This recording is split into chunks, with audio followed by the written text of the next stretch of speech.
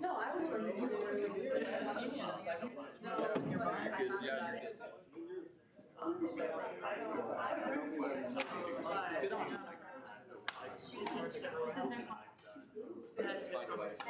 Very rich.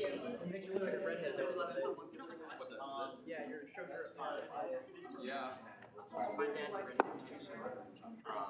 too, so it's somewhere.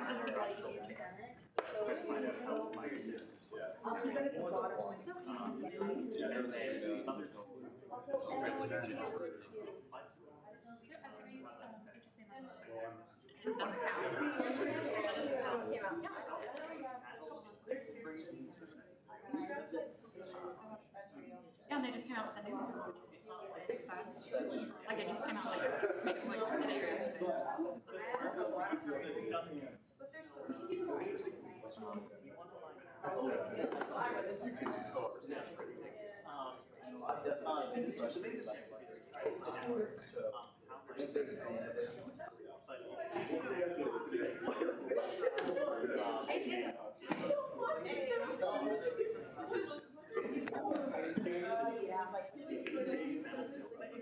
He's like, hey, what's that?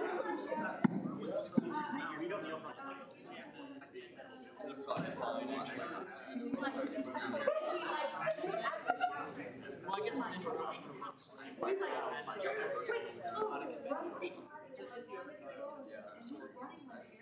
like, just try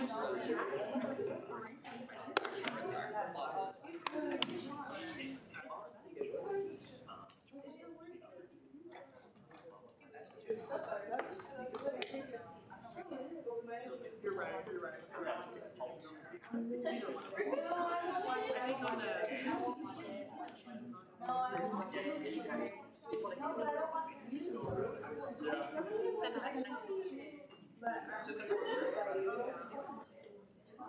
Don't let him sleep.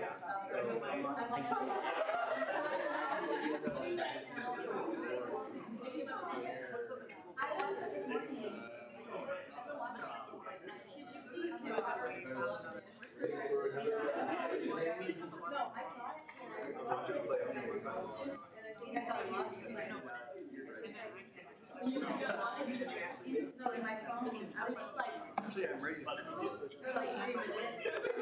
and I was like, I shouldn't be doing that. And it's like now it currently didn't work.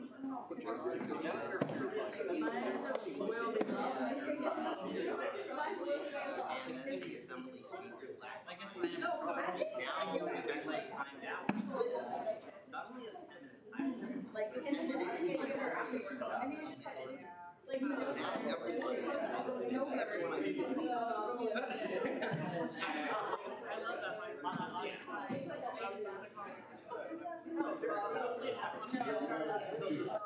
everyone fails no. Yes, that's correct. Perfect, I'll be like, No, I'll send an email to the instructor. If I get a selfie with the speaker, maybe. How's it going?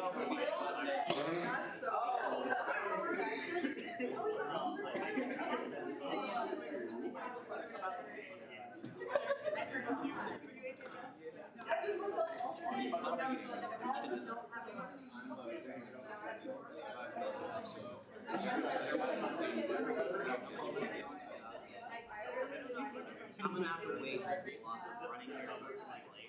But all my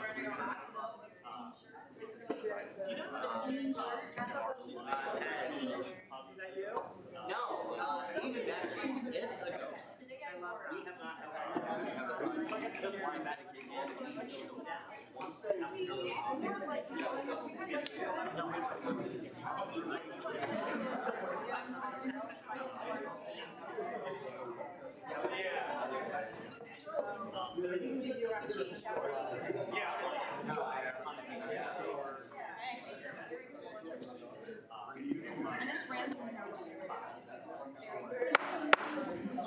I now call this meeting of the Student Senate to order. Please rise for the Pledge of Allegiance.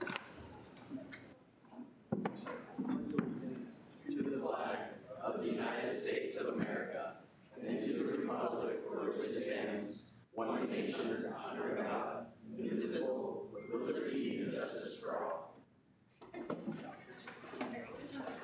begin our Student Senate meeting taking place on Thursday, October 3rd, 2024 with a land acknowledgement.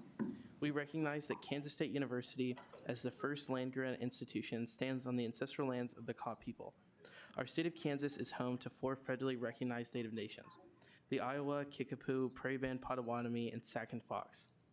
We must remember that the land serving as the foundation for this institution was and still is stolen land acquired by white settlers.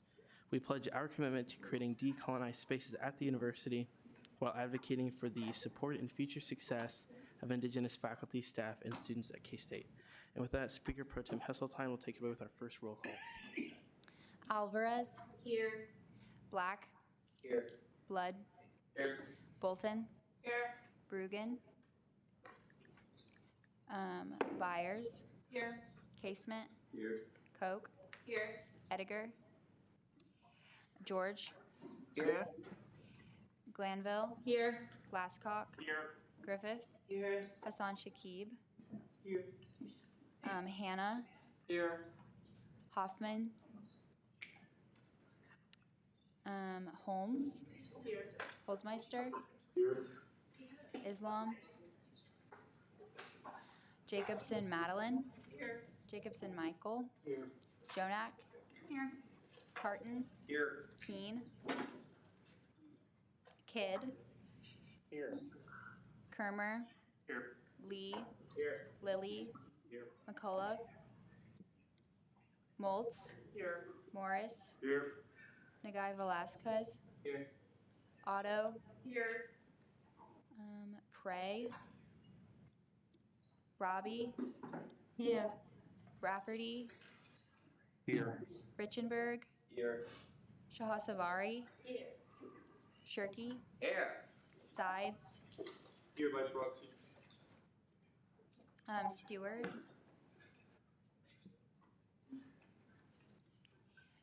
Strunk. Here. Sushanik. Here. Uphouse. Here. And Zacco. Here. With that, we will go into first open period. And our first open period speaker tonight is Erin Good with the Office of the General Counsel. So please close your laptops and help me welcome her.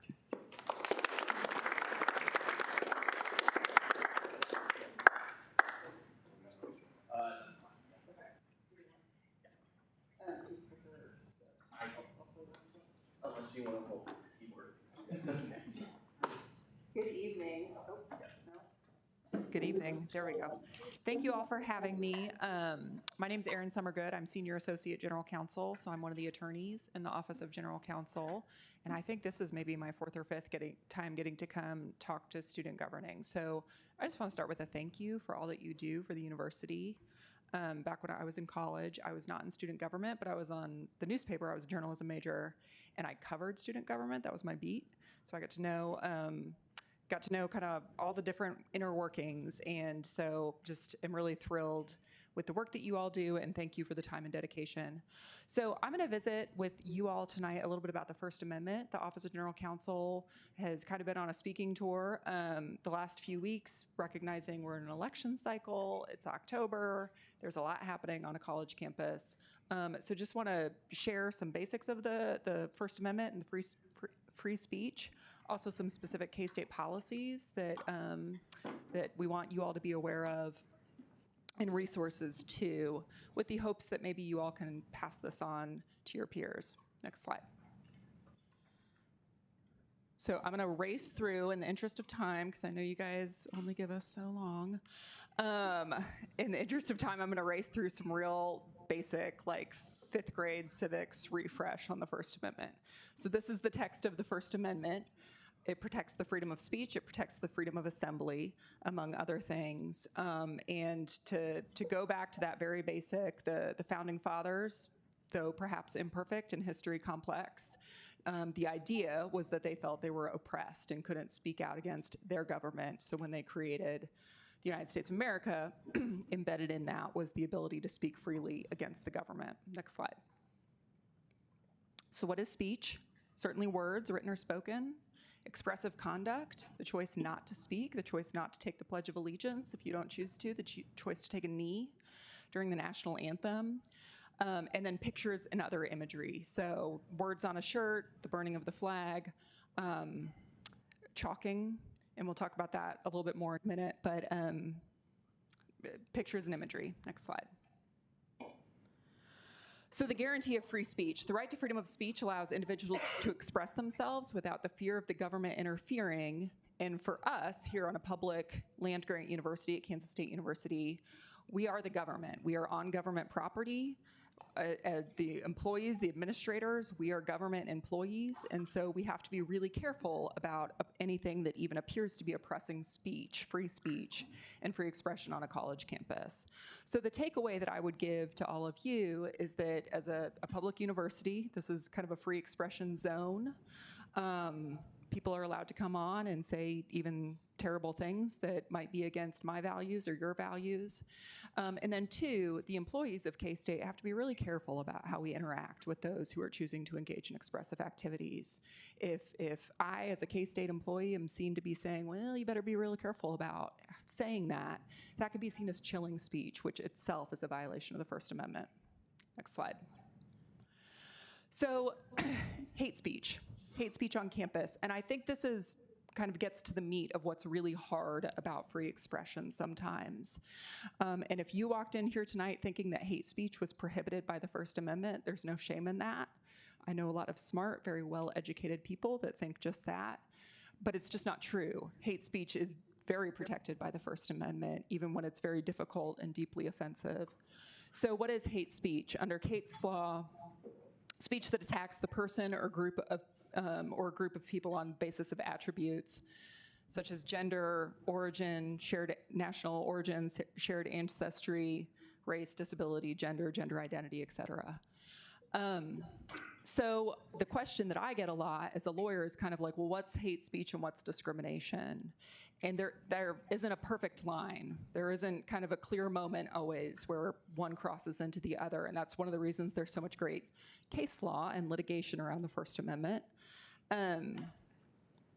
But what the law says, it distinguishes between kind of speech about a group of people. So, you know, we can think of folks that sometimes come to our campus and stand with signs. They might have been at the Friday night football game a few weeks ago with their signs. That's kind of calling out a group of people with whom they feel like that isn't right under their oath. That's different under the law than saying, based on your gender identity, based on your race, based on your shared ancestry, you're not allowed in this room. Or you're not allowed that educational opportunity. Or I'm gonna kind of target an individual person and use slurs. And we'll talk a little bit more about that. So it's fuzzy, but I hope that kind of explains the difference. Next slide. So what are the exceptions to free speech? True threats certainly can't make a threat against someone's person. Fighting words, so this is one of the lines, I think really critical lines between hate speech and fighting words. Fighting words is kind of getting in someone's face. It's the finger in your face. You are insert terrible slur word that sort of no reasonable person would feel like they can stand down from. Anyone's gonna be provoked by that. The law prohibits that. And incitement to riot, this is, you know, shouting fire in a crowded movie theater. Illegal conduct. Child pornography, child sexual assault material, discrimination, which we just talked about, perjury, et cetera. And then seriously disruptive, so shouting down a speaker in a lecture hall in a way that really inhibits the ability to carry out the mission of kind of whatever's happening in that room. That's not protected speech either. Next slide. And then freedom of association, which is kind of the close sibling of free speech under the First Amendment. This is the right to gather, the right to assemble in a public space and share expressive opinions, expressive conduct. So there's a lot of good legislation out of this actually in the student organization space, including this case in which the US Supreme Court held that students are allowed to gather. They're allowed to have an organization, and the university can't shut it down based on viewpoint, even when it's very difficult. And this case came out of the Vietnam era. The Students for a Democratic Society were coming up on a lot of different college campuses, and in some of them causing pretty disruptive protests. And a university president, when that group tried to form at that university, said, I've seen what's going on at other places when this group forms. I'm not even going to let that happen here. And the Supreme Court said that's unconstitutional. They get a chance. Even if you disagree with their viewpoint, even if they might be doing difficult things other places, they get a chance. You can say you have to abide by our conduct rules, and you can make them agree to that. But until they kind of cross a line, they get a chance to assemble. Next slide. And then other restrictions in speech association. I call these kind of the common sense rules. And we'll talk a little bit more about what this specifically looks like at K-State here in a second. But these are rules about kind of where you can chalk and when. We're not allowed to have amplified sound outside of the hours of noon to 1 out in Bosco Plaza because that's disruptive to kind of the business of the university outside of lunch hours. Student organizations can be required to have a minimum number of members, things of that nature. Next slide. And actually go one forward, I'll come back to this one at the end. I was messing with these today and I put them out of order. There you go. So here at K-State, and I don't know if anyone's talked to you guys about some of the policy work that was done this summer on our expressive conduct policies, but a lot of universities, K-State included, took a look at their expressive conduct policies this summer just to see what might need to be changed or just clarified. I think, frankly, at our work group, and Paige, I know you're a part of that, some of it was just changing outdated language. And things of that nature. So this is the policy on chalking. First of all, we changed the name so it's called chalking. I forget what it was before, but it was like something nobody uses, that sidewalk publicity or something ridiculous. So size limitation, time limitation, washable chalk has to be used, so kind of common sense things. And then within that, kind of other publicity, if you're gonna stake a sign in the yard, you have to go through facilities because we've had issues with folks hitting utility lines on campus. So that's an operational issue, things of that nature. So to the extent you or your student, your student peers are looking at publicity, encourage you to check out this policy. Next slide. Actually, you know what? Can I go back one? I'm sorry. I wanted to highlight that. The one forward, sorry. No obscuring or defacing another's sign. So if I chalk something that you disagree with, and I've done it within the bounds of the policy, you can't kind of scrub over, you can't eliminate it, you can't. Speaker's time has expired. Senator Shirkey. I move to suspend the rules, extend the speaker's time by 5 minutes. Second. Is there an objection? The speaker's time is extended. Thank you. So you can't deface someone else's kind of allowed chalking. And that would be a violation of the student code of conduct if that happens. So then I'm gonna go back. There we go. Yep, that one. So buildings and ground use, I think some of this I already talked about, the limited use of amplified sound, a time restriction. That's something that we put in for this policy. Sort of once a demonstration or once a group of people engaged in expressive activity assemble, they sort of get 8 hours on campus. And then from then on, party needs to move elsewhere. And there's a group of folks, and I'll talk about this in a second, that are tasked with kind of going out and saying like, hey, I think your 8 hours has started. There seems to be a reasonable group here. No camping, except for there's some limited athletics camping that happens. And we encourage, not require, but encourage folks to let us know, and let SSA specifically know ahead of time if you're planning on any expressive activity so that we can help you be productive. And have a good experience and make sure it's not like, well, somebody else actually has Bosco Plaza reserved for a concert, so that's really not gonna work. So we encourage registering and approval of the events. All right, and then I've made this really hard, I'm sorry. I'm gonna go back to the campus demonstration. So a couple of resources. Student support and accountability. has led up a campus demonstration response team. Hopefully you've already seen them in action somewhat with different activities, but they're kind of out there to support our students who are engaging in expressive conduct, make sure they know the rules so that they can have a productive event without any hiccups or running afoul of the policies. And then also on the flip side, recognizing that we have students who might be impacted by demonstrations that don't align with their values, and how can we make sure those students are getting supportive resources here on campus. And to the extent you might have any questions, I'm going to highlight the Free Expression website, which our Diversity, Equity, Inclusion, and Belonging team put together, and this kind of has sort of a one-stop shop for all of the policies that I've referenced. Also different events that are going on that folks who want to engage in expressive conduct can see what's out there. All right. 2 forward. 1 more. There we go. All right. I made that really hard. I'm sorry. And then last, I guess the kind of call that I would ask to all of you as student leaders is to lead by example. College should be a time of trying out ideas. It should be a time of taking a stand. It should be a time of engaging in expressive activity. Some of you are probably going to vote for the first time next month, and I think that's amazing. And we encourage that. I encourage all of you to lead by example and kind of having a civil discourse on issues on campus. And also kind of setting an example of setting boundaries too. Something I tell my family is like, we all only have so many arrows in the quiver. And on any given day, I just might not have an arrow to go fight whatever battle is in front of me or whatever terrible thing I've seen on the news that's making me mad. And so I think we can all sort of show an example of setting boundaries and then empowering our students to use our voices, because we do want you to do that. So with that, I'm happy to answer any questions, or otherwise that's what I got. Are there any questions? Senator Shirkey.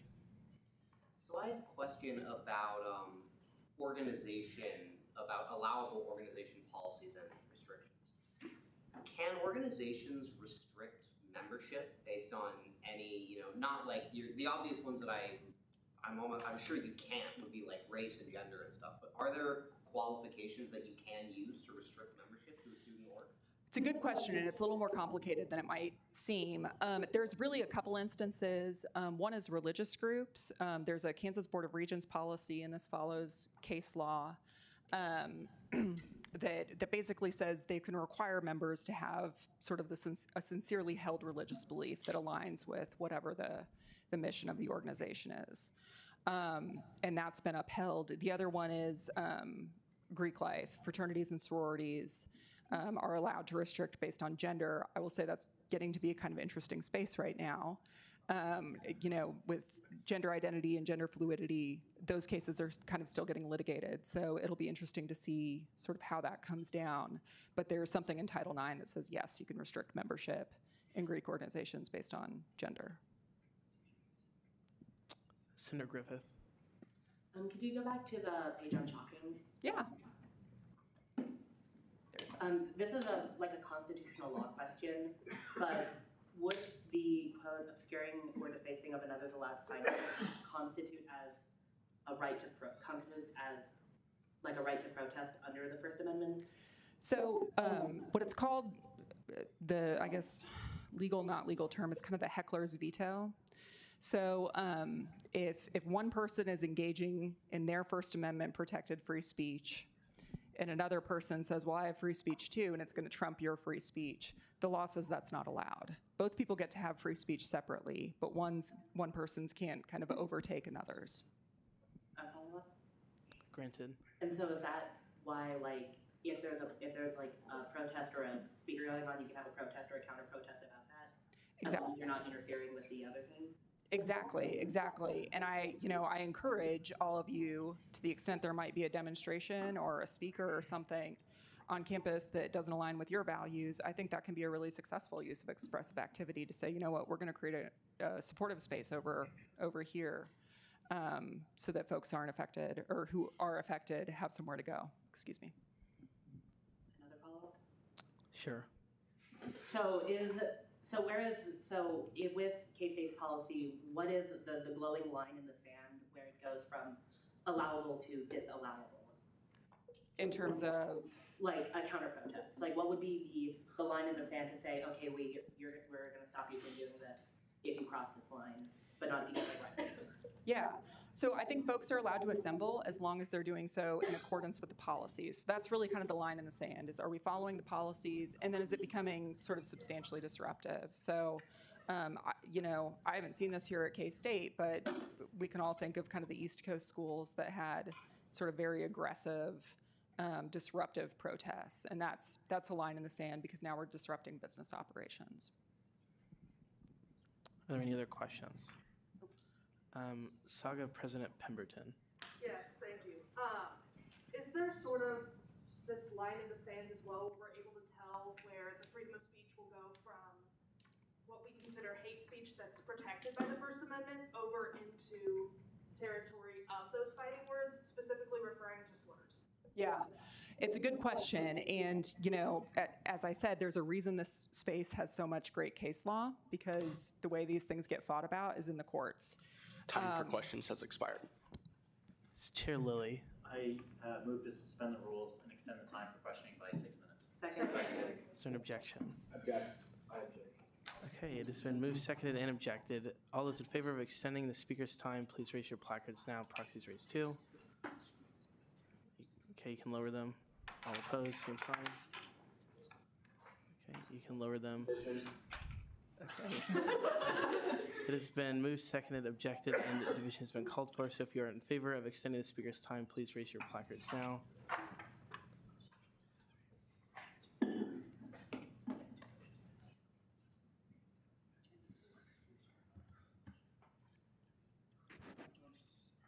there any on Zoom?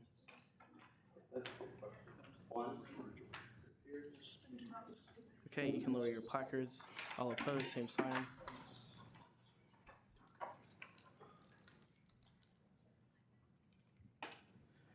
You can lower them, and any abstentions. Okay, seeing none, the motion passes 28 to 9 to 0. The speaker's questioning time is extended. I'm going to repeat back the question because I want to make sure I got it right. So the question is kind of, where is the line in the sand where it comes from hate speech to sort of a more targeted, kind of that fighting words discrimination? Is that a fair recapture? Okay. So again, I don't think that there's a perfect sort of just line where we can say, now you've officially crossed it. The things that the law looks for, it's really thinking about targeted conduct. Am I talking about a group of people just in general in the world that exist, or am I talking about a specific person or small group of people in front of me that I'm saying, no, you may not enter here, or no, you are a insert slur word. So and I say that cognizant that hate speech can still feel very targeted, even if it's said about just the general, a general population. But really is someone kind of without doubt that you are talking to them when you're using those words. Yes. May I ask a follow-up question? Yes. Okay, thank you. Hypothetically, if a student were walking across campus and another person were to say to them, you are this slur, is that protected by the First Amendment? So what I would encourage, and I want to be careful about kind of not opining on hypotheticals. I have to be careful about that in a space, just given my role with the university. I would certainly encourage you to report it to the Office of Institutional Equity. And what we, K-State, are required to do by the Department of Education is to do an analysis kind of in each of those situations. But that starts with a report to the Office of Institutional Equity. Are there any further questions? Senator Stewart. So like a couple weeks ago, there was a certain political individual on campus. Yes, but I believe just because he was sharing his views and his party's views, his mic was cut off, and he wasn't allowed to say anything. And I don't know if if it was K-State's own mics or if it was his own, but he wasn't expressing anything that was, inciting violence, as I've learned that is usually what hate speech is considered. But why would that be so, that his mic was cut off? Yeah, so again, I want to be really careful that I can't sort of opine on specific situations, but I point back to the rule about amplified sound. It's only allowed on Bosco Plaza between noon and 1 p.m. So I don't want to opine specifically, but I would encourage you to look at that rule. Are there any further questions? Senator Glasscock. Were the rules on camping and time allotted to protesting activity, were those in place this past summer? Those were put in place this past summer. I would argue that camping has never been allowed on campus, just like I can't go pitch tent at City Park right now and stay there for the night. I think that's always been not allowed, but it was put expressly in the policy this summer, yes. Are there any further questions? Parliamentarian Blood. Relating to mainly to chalking, as that's like a main area of speech that are used in our elections, who are the people in charge of enforcing those rules, and what are the potential ramifications if you violate those policies? Yeah, in terms of enforcing it, facilities tends to come up a lot. They're frankly usually the ones who kind of notice it first. And then it's enforced under the Student Code of Conduct through SSA. And there may be other implications, kind of campaign related, which frankly is just outside my wheelhouse to know about. Yeah. Caucus Leader Kermer. Just to double check, nothing with chalking changed over this summer besides wording? Yeah, I think we just tightened up the wording a little bit. Is that, yeah. I'm looking at Paige. I think we just changed the wording on chalking. I don't think we. Question was whether anything on the chalking policy changed other than wording, and It was just clarifying wording, yeah. updating the wording. Yep. Senator Griffith. Could you go back to the next slide? On it, you just say time restriction 8 hours. Does that mean like a protest is limited to an 8-hour time frame, or is there something else? Because I don't get the full meaning of it just from that presentation. Fair enough. Yeah. So 8 hours for expressive conduct, kind of an expressive conduct demonstration on campus. 8 hours. And again, the campus demonstration response team, I think the plan is for them to kind of go out and say like, hey, it looks like you've got a great demonstration going. 8 hours as kind of the clock starting, and then checking in, making sure people are taking care of themselves, drinking water while they're out there. It's hot this week, things of that nature. But yeah, that's the intended meeting. Are there any further questions? Okay, seeing none, thank you. Yeah.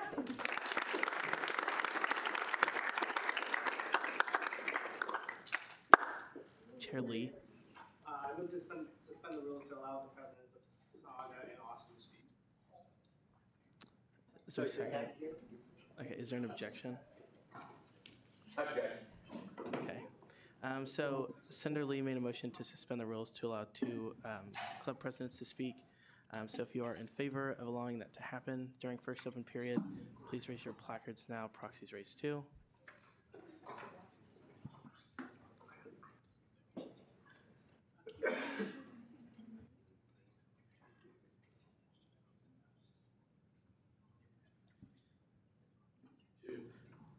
Okay, you can lower them. All opposed, same sign.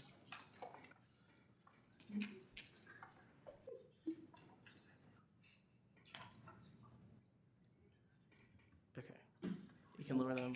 Any? Point of information. Yes. Are club presidents not allowed to speak during first open period, or only during second open period? They're only allowed to speak during second open period. Because they have speaking rights. And any abstentions? Okay. So on a vote of 27 to 10 to 1, the motion passes. And the first club president we have is the president of Saga. So if you please come forward.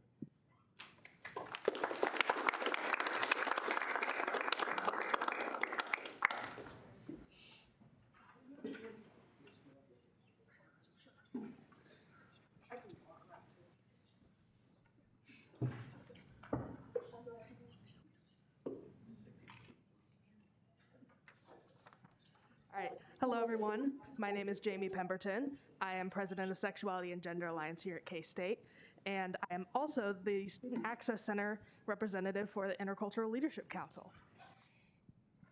Next slide, please. So Sexuality and Gender Alliance, also known as SAGA, It's a welcoming and safe student organization for LGBTQIA+ students here at K-State. We're also open to anyone who's questioning their identities or anyone who considers themselves to be an ally of the community. We're the longest running LGBTQIA+ organization at K-State, and we hold a wide variety of meetings, educational presentations, community building events, as well as casual, social, and just overall fun meetings. And we meet once a week in the Multicultural Student Center. We meet on Tuesdays from 7 to 8 p.m. in the One Oak Room, if you want to come.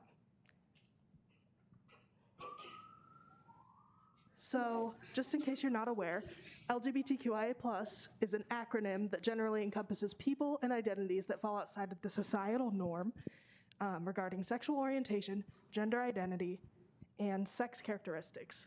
Just in case you're also not aware of the breakdown, it stands for lesbian, gay, bisexual, transgender, queer, intersex, asexual, and more encompassed by the plus.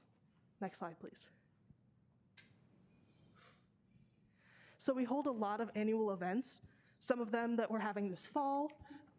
We had an informational meeting about queer resources here at K-State. Next week, we're having a Know Your Rights and a civic engagement meeting. We participate in homecoming. We have an allyship presentation and panel. And then in the springtime, we help put on the annual drag show. We had our 20th last year. And we also participate in Little Apple Pride. So some of our highlights, last year we got second place in homecoming. It was a great time. We all this is kind of under more of our fun activities that we get to do, just hang out, have a good time. And then on Transgender Day of Remembrance and Resilience last year, we first held a presentation and a candlelight vigil to sort of remember those that we have lost in the transgender community. And then afterwards, we spread some positive messaging across Bosco Plaza to show our resilience. Next slide, please. And then in the spring, we held our 20th annual drag show here at K-State. This helped to raise over $20,000 for the Garner Fund, which is a fund for healthcare for LGBTQI+ students that you can access through the Spectrum Center here on campus, our LGBT center on campus. We also held an event last year for the first time called Nurturing Queer and Trans Joy. We had a speaker come that a lot of us were opposed to, and we didn't want to fear some of our students feeling unsafe or generally just feeling unwelcome that day. So we decided to hold an alternative event, and we had hundreds of people show up, and it was a really wonderful time. So because October is LGBTQIA+ History Month, I want to dive into a little bit of history for you here. So, as you can see in the middle on the top right there, that is our logo for Sexuality and Gender Alliance, and it is made of a pink triangle. Originally, this pink triangle was used by the Nazis during the Holocaust to mark gay men in concentration camps. They would also take in a lot of other people within the LGBT community, but they were often marked under sort of this other umbrella label of quote-unquote asocial, just meaning that they were not considered desirable by this Nazi party in their society. Also, during this time, the Nazis burned a lot of important LGBT books, specifically those about transgender care, which was starting to come up at this time around the 1930s in Germany. Over time, though, after the Holocaust, the symbol has been reclaimed a lot, and it's been used a lot throughout queer activism. As you can see, there's some different banners that people have used at protests before. There's the symbol of the triangle quite literally breaking apart the swastika to show just how we've overcome this. And then also now, we use it in our own logo. So it's a nod to history and the stuff that we've overcome. So Saga's impact on our students can be very wide. So many people come to college and they might not know much about LGBTQIA+ people, or perhaps they do, but they've learned a lot of negative things. We serve to show them, hey, we're just like you, and we're like, just generally, this is who we are. It's okay to be one of us. And it doesn't sound like much, and it sounds almost just silly to say like, hey, we're regular people too, everything's fine. But it is so, so important for someone who has not had that support in the past to hear that. being represented and highly visible at K-State is really necessary, but it's also just not easy. We've had students, even in our own membership, get called slurs on campus. We've had people just receive threats around. It's still not easy, even though this place is a wonderful place to be for us. So there's a lot of mental health impacts on being queer due to trauma, discrimination, and non-acceptance from people. So the Trier Project is the leading suicide prevention and crisis intervention nonprofit for queer young people, which is people ages 13 to 24. 39% of LGBTQIA plus young people seriously considered attempting suicide in the past year, including 46% of transgender and non-binary young people. 12% actually did commit suicide or attempted suicide in the past year. But people that reported living in very accepting communities and having schools that consider them just as part of their regular community, it drastically lowers this rate. And that's part of what Saga does.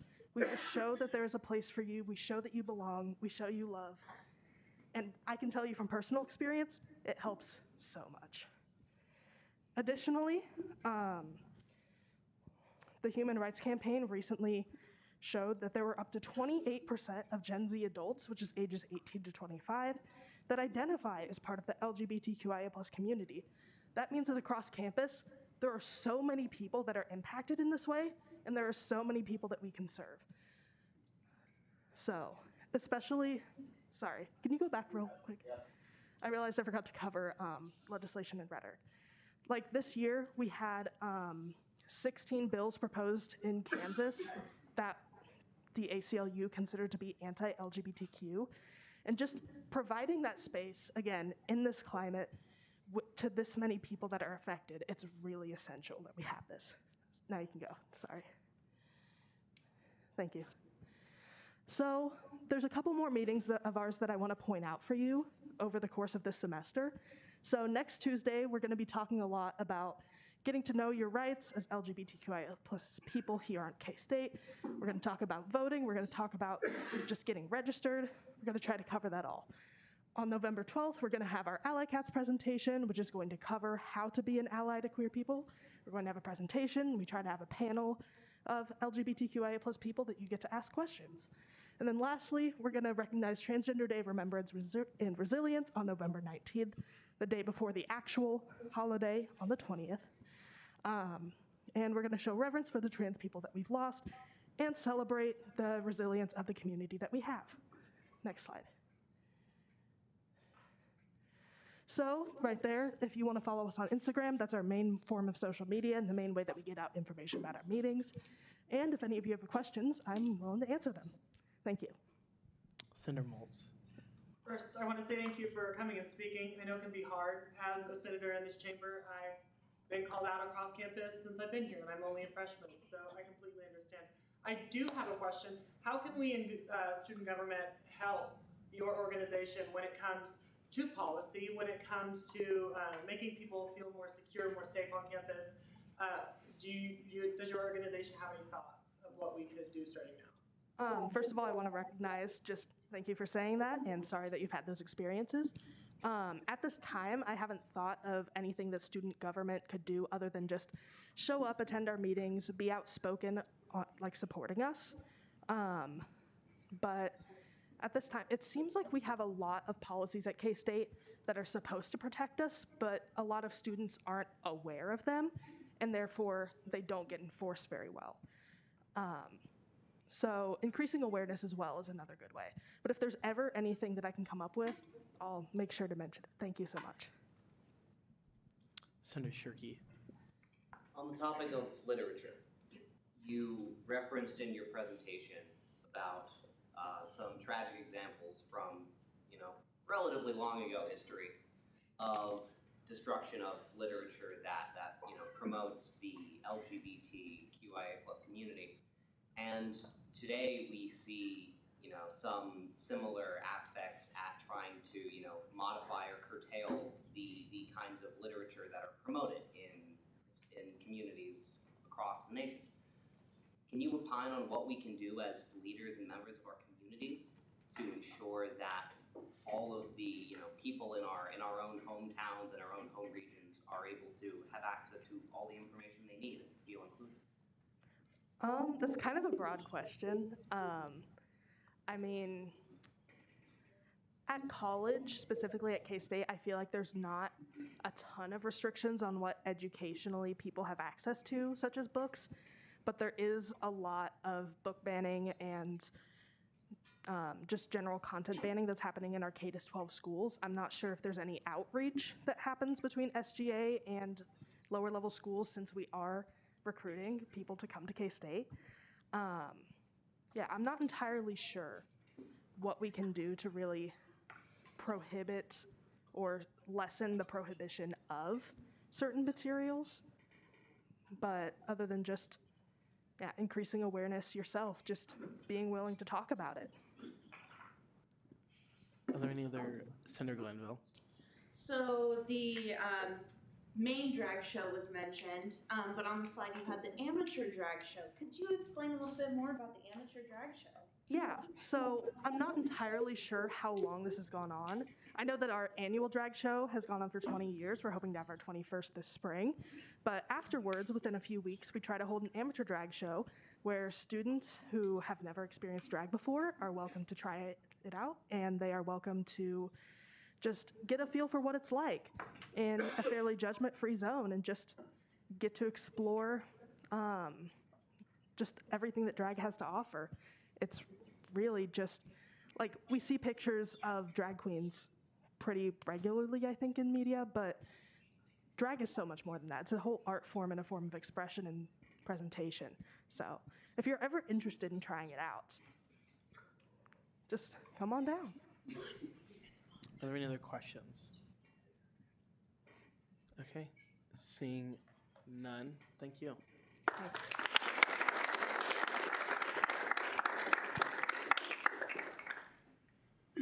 Okay, with that, we have our last speaker of tonight. We have representatives from OSU.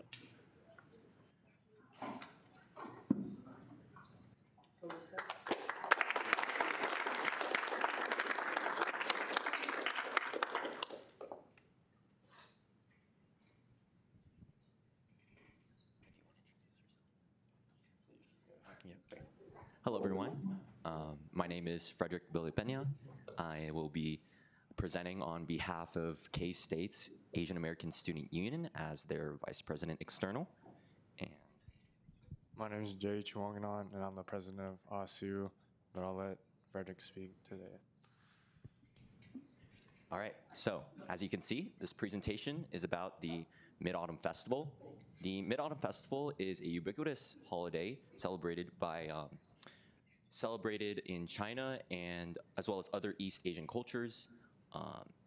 It observes on the 15th day of the 8th lunar month, and yeah, it's basically just a ubiquitous holiday celebrated around this time. It already passed, I believe it was September 17th this year, but yeah. Oh, and sorry, just as a brief introduction for what OSU is, Asian American Student Union, it is, our mission statement is to foster support and unity for Asian and Asian American students on campus. And yeah, why should the Mid-Autumn Festival matter to us? Why should it matter to K-State? Well, the Mid-Autumn Festival sort of encompasses a big demographic of people. As we observed in the spring and the spring before that, OSU held a Lunar New Year event where we had over 500 attendees each year, and that kind of demand sort of gave a reason that we sort of brought it to the fall. We have this night market that we are planning to hold on October 18th, which will be 2 weeks from tomorrow. So yeah, I hope that after today that you guys know a little bit more about the Mid-Autumn Festival, the significance of it on campus, and why you should attend our events. Next slide, please. Okay, so just some brief background. Like I mentioned, this year, the Mid-Autumn Festival landed on the 17th of September, And basically, the premise behind the celebration is this is the time of year where the full moon shines its brightest, and people reunite with their families and come together and watch the full moon. They celebrate with customs such as lanterns, foods that bring good fortune, and mooncakes. And basically, it places an importance on family, and it gives people reason to come together, and I will be talking that on my next slide. Next slide, please. All right. Okay, so I will be mainly talking about the significance of family because this does hit a little bit closer to home. Just this photo that I found, it really does resonate with me. At least in K-State, it's been difficult to find a community. I have communities in not just Asian, just a diverse group of people, but really it was a hard time my first year finding that, finding my people. And with OSU, it was easy to call it my home, and that's kind of why our motivation for making the Mid-Autumn Festival, our night market themed around the Mid-Autumn Festival, because it brings those families together. And yeah, next slide, please. So let's just get straight to the point. What makes this special in K-State? So about a year ago, I was rooming with a roommate named David. He was a close friend of, or he is a close friend of mine. He's from Thailand. And the thing about David was he moved 5 years ago, and he hadn't really had in-person contact with his family ever since from Thailand. And the Lunar New Year last year was kind of the reason that his family was able to visit him. And that was something that really touched me, that he had his first opportunity to really connect with his family over just this holiday that most of us kind of ignore. And that kind of like clicked with me, like, man, we really need to make these events happen so we can bring people together. So that was kind of one of the things that motivates me, that kind of drives me under the mission of OSU to unite and to foster support for Asians and Asian American students on campus. So yeah, that is why it's special. That is why we're investing in the Mid-Autumn Festival. So just by the end of this, by the end of the presentation, I hope you guys just take your time out of your day. 2 weeks from tomorrow, October 18th, that's a Friday. It's gonna be held at Bosco from 5 to 8 p.m., I believe.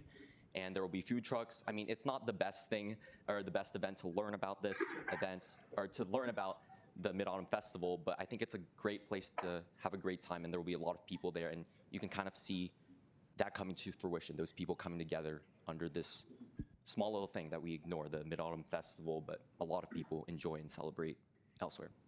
And next slide, please. Oh, and just next slide. And thank you, that's all.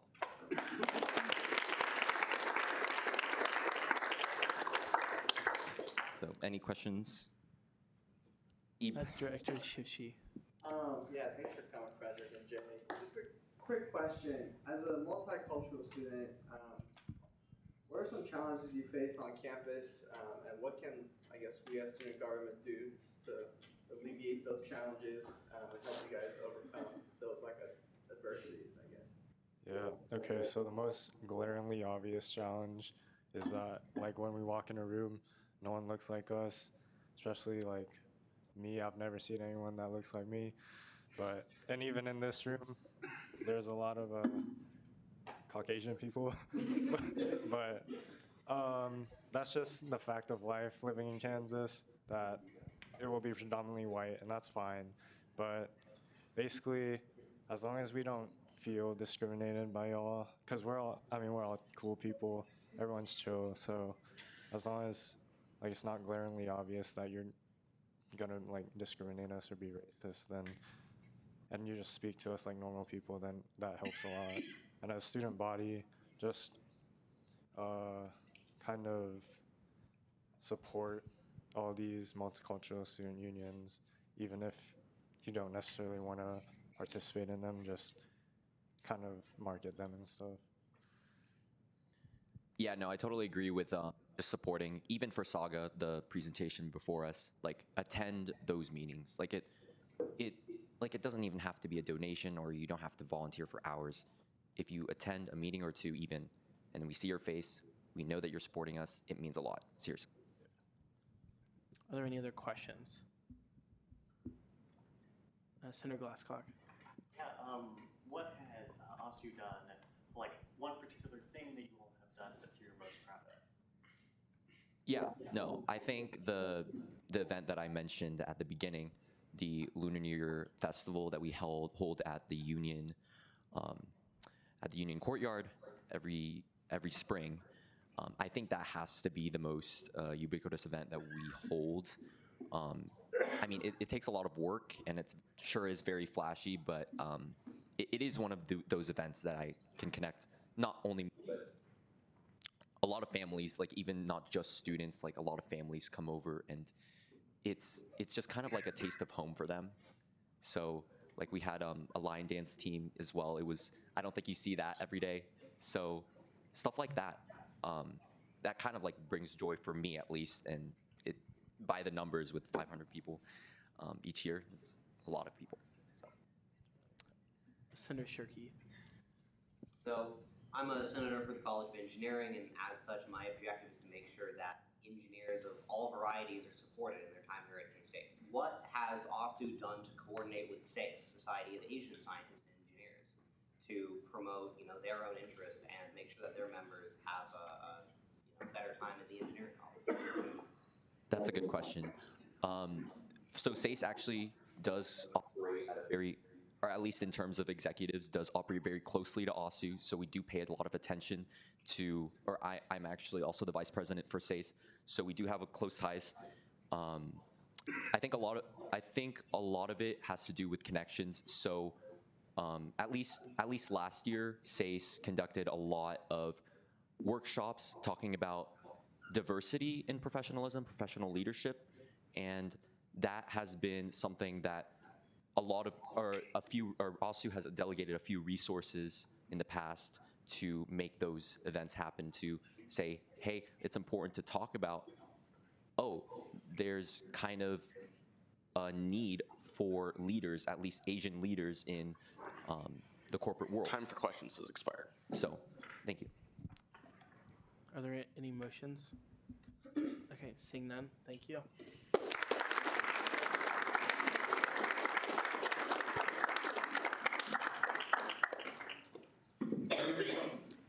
With that, are there any further first open period speakers?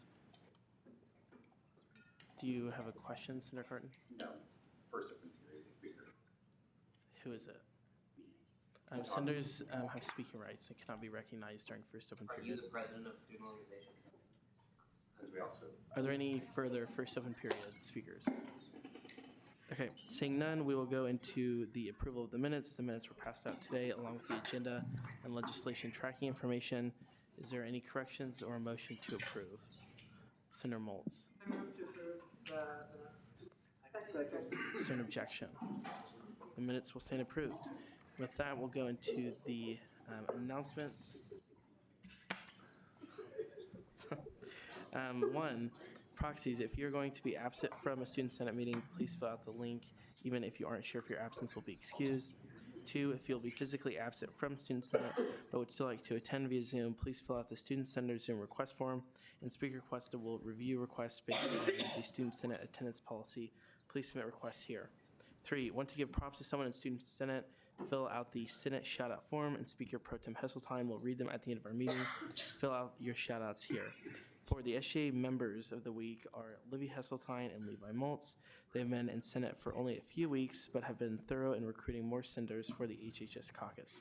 We went from 0 members to a near full caucus. Thank you, Levi and Livy, for your commitment and passion for Student Senate.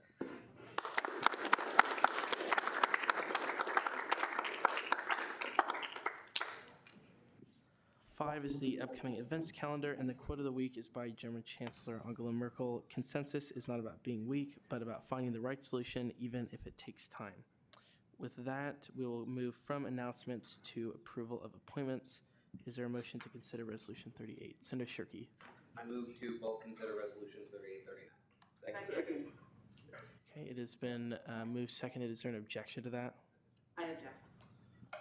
Okay, it has been moved, seconded, and objected to bulk consider. If you're in favor of bulk considering the resolutions, please raise your placards now. Proxies raised too. Okay, you can lower them.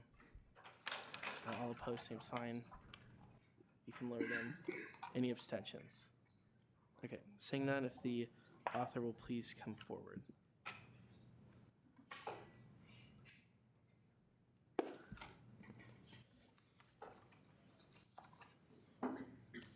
Okay, resolution 242538, approval of the Elections Commissioner, authors Carson S. Cuesta, Paige Volgamore, and Andrew Navarro, sponsors Alexa Hesseltine and Jack O'Malley. Whereas the position was sufficiently advertised via an application made available internally to all students who showed interest in the Kansas State University Student Governing Association Elections Commissioner position, whereas there were 2 applicants for this position, and whereas the individual was chosen on the basis of their leadership ability, experience, and dedication to serving the students of Kansas State University throughout the term, be resolved that in Section 1, the following individual be approved for their respective office for the should be 2024-2025 Kansas State University Student Governing Association term, Brandon Kerma as Elections Commissioner. Are there any questions or corrections? Senator Shirkey. Yes, corrections to line 20. Offices should be singular office, and then change the years to 24-25. Are there any further questions or corrections? Okay, seeing none, we'll go to Resolution 39. Approval of new student senator, authors Joseph Lilly, and sponsors the Senate Operations Committee and Carson S. Cuesta. Would you like to go forward and read it, Joseph? You're a sponsor, so you can read it, right? Okay, great. Whereas there are currently 2 vacancies for the position of student senator for the graduate school, and whereas the list of candidates for the 2024 KSUSGA general election have been exhausted, whereas Logan Erickson was nominated by the Graduate School Caucus in its capacity to fill the vacancy, be it resolved that the following individual be approved as a student senator for the Graduate School, Logan Erickson. Are there any questions or corrections? Senator Griffith. This is a question for the author. Are you going to be giving another presentation today? Yeah. That's it. Are there any further questions or corrections? Okay, is there a motion to approve them? Senator Shirkey. I move to approve resolutions 38 and 39 unanimously. Is there an objection? The resolutions will stand approved, and if the people in them will come forward and get sworn in, and if there's any senators who have not yet been sworn in, you would come forward also.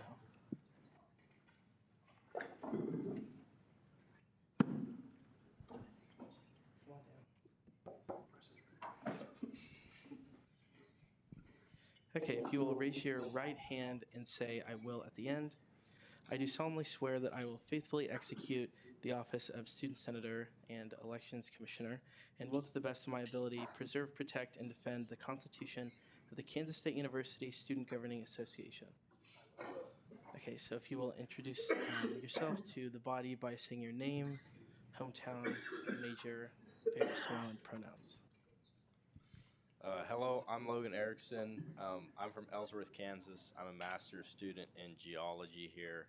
And then my favorite smell is like coal smoke and evergreen trees, and I'm he/him. Yeah, I'm Brandon Kermer. I'm from Overland Park, Kansas. I'm in my 5th year of the 5-year Masters of Architecture program, and my favorite scent is an apple cider candle.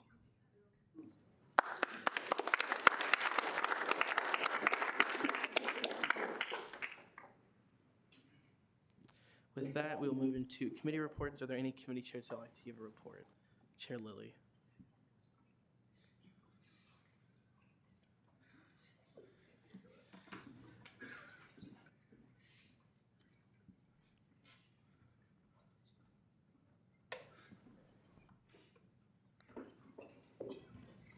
All right, obviously we're slowing down, but we're still not quite getting there. So I've got 5 people for engineering. I've got a tie break next Tuesday. I've got 2 people for arts and sciences and 4 people for, what's the other one? Agriculture. And so we'll have to break 3 ties next Tuesday, and those colleges will be full. We still need grad school, HHS, and I actually think that's it at this point. Other than that, there was a delay getting the agenda out this week. I, so far, have been kind of half writing legislation as it gets sent to me. Some of it's in pretty tough shape when it shows up. I spent 6 hours editing legislation this week and sent that out at 2 a.m. last night because I also am in engineering. Can I take like a hand vote? Just like a loose show of hands kind of thing? Sure. Can I get a show of hands for whether we think it's reasonable for me to like do it in pen so it's faster and send it back to the author so that there's an incentive to not send like stuff that I have to work on for an hour and a half. Proxy splits that. That seems good enough for me. I think I might start doing that.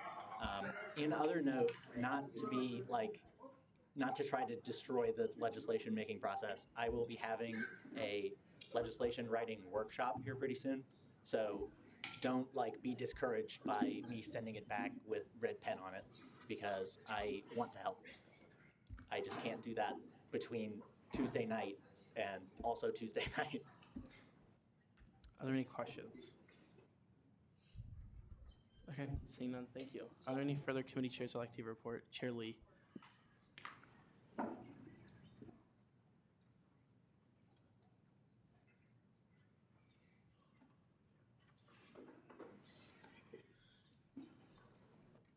Yeah, so originally I was going to give a DPF allocation overview today, but then I didn't have time to make the presentation, so I'll do that next week, so be on the lookout for that. But I just wanted to come up here too just to thank Speaker Pro Tem Heseltine and also Director Chifchi for being able to organize these speakers to come in during first open period. I think there's a little bit of confusion sometimes too, is a lot of these club presidents, they have speaking rights, and so it makes it a challenge for them to come in and speak because sometimes we have long Senate nights, and so I'd rather them not coming in at 10 p.m. or 10:30 p.m. to come and speak during second open period, and it creates some consistency. I think it's super important and valuable that as student senators that we hear from these more traditionally underrepresented groups on campus because they don't show up to SGA, they don't really know what SGA is. And there really is no bridge between student senate and these organizations. So as we navigate the conversation of how do we get more student senators from underrepresented groups, I think this is an important way to foster an understanding of the challenges that these groups face, but also give them an overview of like an intro to what Senate kind of looks like on a day-to-day. So yeah, that's kind of all I had for you. Are there any questions? Okay, seeing none, thank you. Thanks. Are there any further committee chairs I'd like to report? Chair Koch.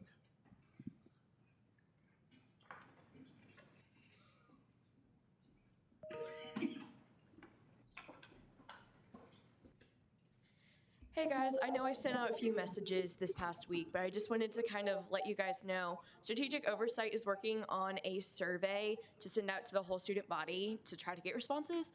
And we wanted to try to reach out to you guys and see if you guys had any like initiatives or things you were interested in that you might want like student data and student support on so that it can help you like get your ideas rolling. So if you guys have any ideas, please let me know. Also, I want to make a Wildcat Pause Day promo video for our SGA Instagram account. So if you guys are interested in like filming like literally short videos, like 5 seconds, just saying like what you want to be doing, let me know and we can film that like tonight or tomorrow so we can get that posted. Are there any questions? Okay, seeing none, thank you. Are there any further committee chairs who'd like to give a report? Seeing none, are there any directors that would like to give a report? Speaker Pro Tem Heseltine.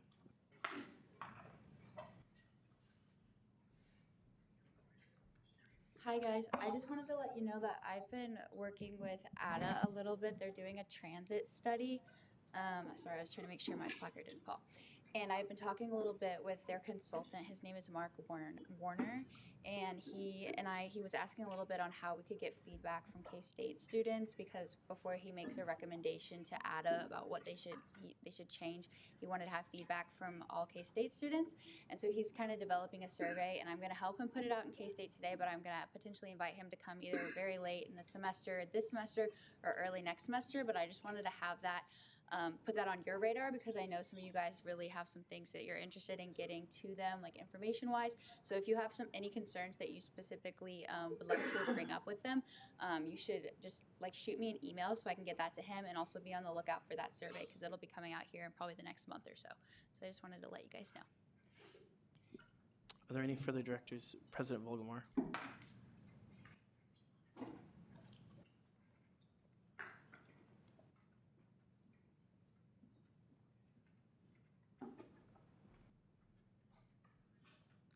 Hey everyone, so I've got some exciting news. I hope you all already saw this maybe on our social media.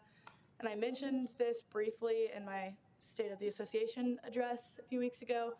But President Linton has basically given students $250,000 to decide what we want to do with that, by promoting student health and well-being, by enhancing outdoor spaces on campus. Now I know that's a bit of a mouthful, but yeah, the initiative is to promote student health and well-being. But anyways, I want you all to consider applying for this, and also sharing the application, spreading the word. We really need to get this application out to as many people as possible, and to get as many applications as possible. The money is coming from the strategic plan in the president's section of that fund, and he set aside $250,000 for students to decide what we want to do with that. So it's not SGA money, but SGA gets to decide which proposal wins and is selected to move forward, and what project is selected. So that's all of us, and so we have a say in that. So it's really important that we get as many applications as we can. So we posted on the SGA Instagram, and I believe we highlighted it on a story on the Student Body President Instagram account. And we would love for you all to please share that on your own personal accounts. Repost as much as you can. Click the link in the bio of both Instagrams to get a copy of the link for the application. Put it on your story, attach it to your story. It's super easy to do. Even if you're not good at social media like I am, it's really easy to do. But yeah, I just want you to spread the word. And yeah, I don't know if I can answer questions about it. But if you have questions, I don't think I'm allowed to answer questions up here. Oh, I am. Does anyone have questions? Senator Griffith. Hi, first thing I would like to say, I love the initiative. I'm an ecology major, and I'm planning on getting together with a group of students in my major to submit a proposal.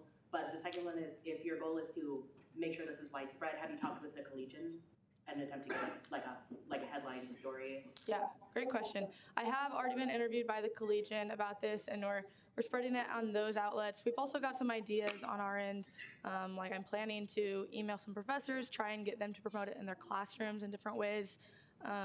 We're also going to be doing, that reminds me, I'm glad you brought that up. We're going to be doing some soliciting, and so pretty soon we're going to be sending out some signups for that. So we really need as many people as possible. We need your help to help go spread the word about this cool thing that President Linton has given SGA given the means to us to promote. Any other questions? Caucus Leader Kermer. I'll also do it, but I think it'd be a good outlet to reach out to landscape architecture to see what they can do with this. Yes, architecture is at the top of my list to reach out to. Parliamentarian Blood. Who, you mentioned like all of us get to decide like where this money gets spent, what's the mechanism for how that's finally being decided? Like, are we gonna pass a resolution or bill in Senate, or is there some other process? Yes, I'll walk you through our process as is right now. Because this is the first time this has ever been done, this is somewhat subject to change, but this process we came up with President Linton and Dr. Lane. Dr. Lane really kind of initially came with the structure of the project because he had kind of done something very similar at a previous university he was at. But basically, so the application will close on November 1st, so it's open for 1 month. And then we will spend time after that, depending on how many applications we get. We, as in, it'll be a subcommittee of the executive branch. So it'll be a subcommittee within cabinet that will narrow it down to 3. After that, the top 3 proposals will come present at cabinet. Anyone, just like any cabinet meeting ever, is welcome to come to that cabinet meeting. I'll let you guys know when that is once we figure that out. But to come listen to those presentations, and then we will discuss and decide what our favorite proposal is of those top 3. And then eventually, once we figure out that number 1 proposal, we'll bring that to Senate and we'll pass that through Senate. Senator Shirkey. Have you considered engaging in a direct popular vote for this, such as a voting initiative or a plebiscite, whichever one of those is applicable? And if you have considered that and decided against it, what are your reasons for that? Do you mean like whole student body-wide vote? Yes, an example might be narrow it down to 3 options and then provide a ranked choice voting, where every student would say favorite choice, middle choice, worst choice, because this isn't a simple yes or no like most ballot issues. Yeah, good question. So the reason we're not doing that, originally when President Linton first kind of proposed this idea when it was like early spring semester, to actually Caleb and I, his idea was to just give this initiative to SGA and for SGA to decide what to do with this $250,000. We kind of thought, well, why don't we open this up student-wide, make this, let more creative minds get together and come up with this project. I think logistics-wise, it would be very tough to rely on the whole student body to vote with limited information on limited access to administration like we have. We have a lot of access to administration and understanding the process of actually implementing a huge project like this. So that's why President Linton really entrusted SJ with this. It was risky on his part to even trust any students with this, but that's kind of why he gave it to student leaders like SGA to oversee that process. Follow up. I'm going to go to Chair Lilly first. I just have a point of information for the previous question. We spend $5,500 a year to IT to run just our elections, which is the exact same every year, copy paste. So something like that would cost money. Do you have a question, Senator Shirkey? Yeah. What happens if Senate disagrees with Cabinet's decision? In your process, I might have understood it incorrectly, but it seemed as though Cabinet selects the superior option and then Senate either votes for it or against it in a resolution. What happens if we think option B was better? What's the path for resolution? Time for questions has expired. Chair Lilly. I move to extend or suspend the rules. Oh no, I don't have to suspend the rules for 4 minutes. Okay, I move to extend the time for questions by 4 minutes. Is there a second? Is there an objection? The speaker's time is extended. So the way the process is, so for example, you said, what if we choose option B? There will be one option at the end presented to Senate to pass through. It's not going to be like there's 1 or 2 options. There will be one, and Senate will either accept or reject. So we'll either get to do something awesome on campus, or we'll reject it and not get to do anything awesome. And President Linton will probably never give us this opportunity again. Now, I'm getting to the first part of your question. What if we disagree? I hope we don't. I'm encouraging, this is why I'm up here preaching to you guys. I want your help with this proposal. We want your input. The way that the process is set up right now, that's just the route that it'll go through. But we're really encouraging communication from you all, and we want to collaborate on this. Thank you. Caucus Leader Black. Yeah, so when are these exec meetings that we could go to and voice our opinion over these options? Cabinet is weekly at 6 p.m. We don't know when the presentations will be yet. What day of the week? Thursday, right before this. Are there any further questions? Senator Glasscock. So is the assumption that there will be just a single proposal using all of the money, as opposed to multiple proposals using some of the money? Great question. So this is a perfect example of questions that you might get from students, and the way we foresee it right now, and President Linton's vision was that it's enough money for one huge, awesome project. However, that could change. If we get to the end of applications and we see not necessarily one overarching best idea that would encompass $250,000, but we see 3 that would be great together, we have free range to choose 3. But the idea is one big one. But when students ask, tell them to apply for anything and everything. If they have an idea that's probably only going to be like $50,000, don't tell them, oh, it's not expensive enough, don't apply. Just encourage anything and everything. There's less parameters and more. Senator Griffith. Well, I do understand the cabinet being the one who decides to limit it down to 3 choices. How come you're also the one who's deciding on which one to propose instead of the whole student senate, which is more representative of the university? To be honest, this was a President Linton move. And he kind of formed this process. I don't know. Can I yield to Jack if you have a better answer? He was in these meetings as well, but that's the best I can do for you. Permission to speak. Sure. Cool. What's the question? Why was it the decision to make the cabinet the authority on which of the 3 chosen proposals reaches the Senate instead of having the Senate decide on which one they like the most? And that one, and it's like that one push that one forward, that would be more representative of the whole student body. I got you. I guess 2 main points. One, Paige and I didn't sit down and hammer out this process exactly how we'd like. A lot of it came to us. 2, I think the motivation behind it was probably to have a smaller body making the decision, quite frankly. Not because we wanted to make all the decisions, but we think it'd be beneficial to have that discussion in a smaller setting. So it's a bit more intimate, everyone can voice their opinion. And yeah, really we just want the decision to be made amongst a smaller group of people instead of all of students in it. But we definitely wanted to push to make sure Senate had some say in it. And again, we're serious about wanting to open up this meeting to as many people as possible. So. Are there any further questions?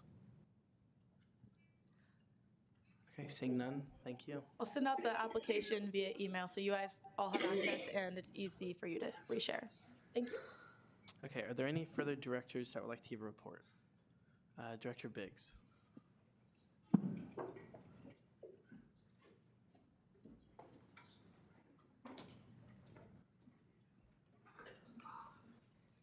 Hey folks, just kind of advertising for my committee again, this Student Health Advisory Committee.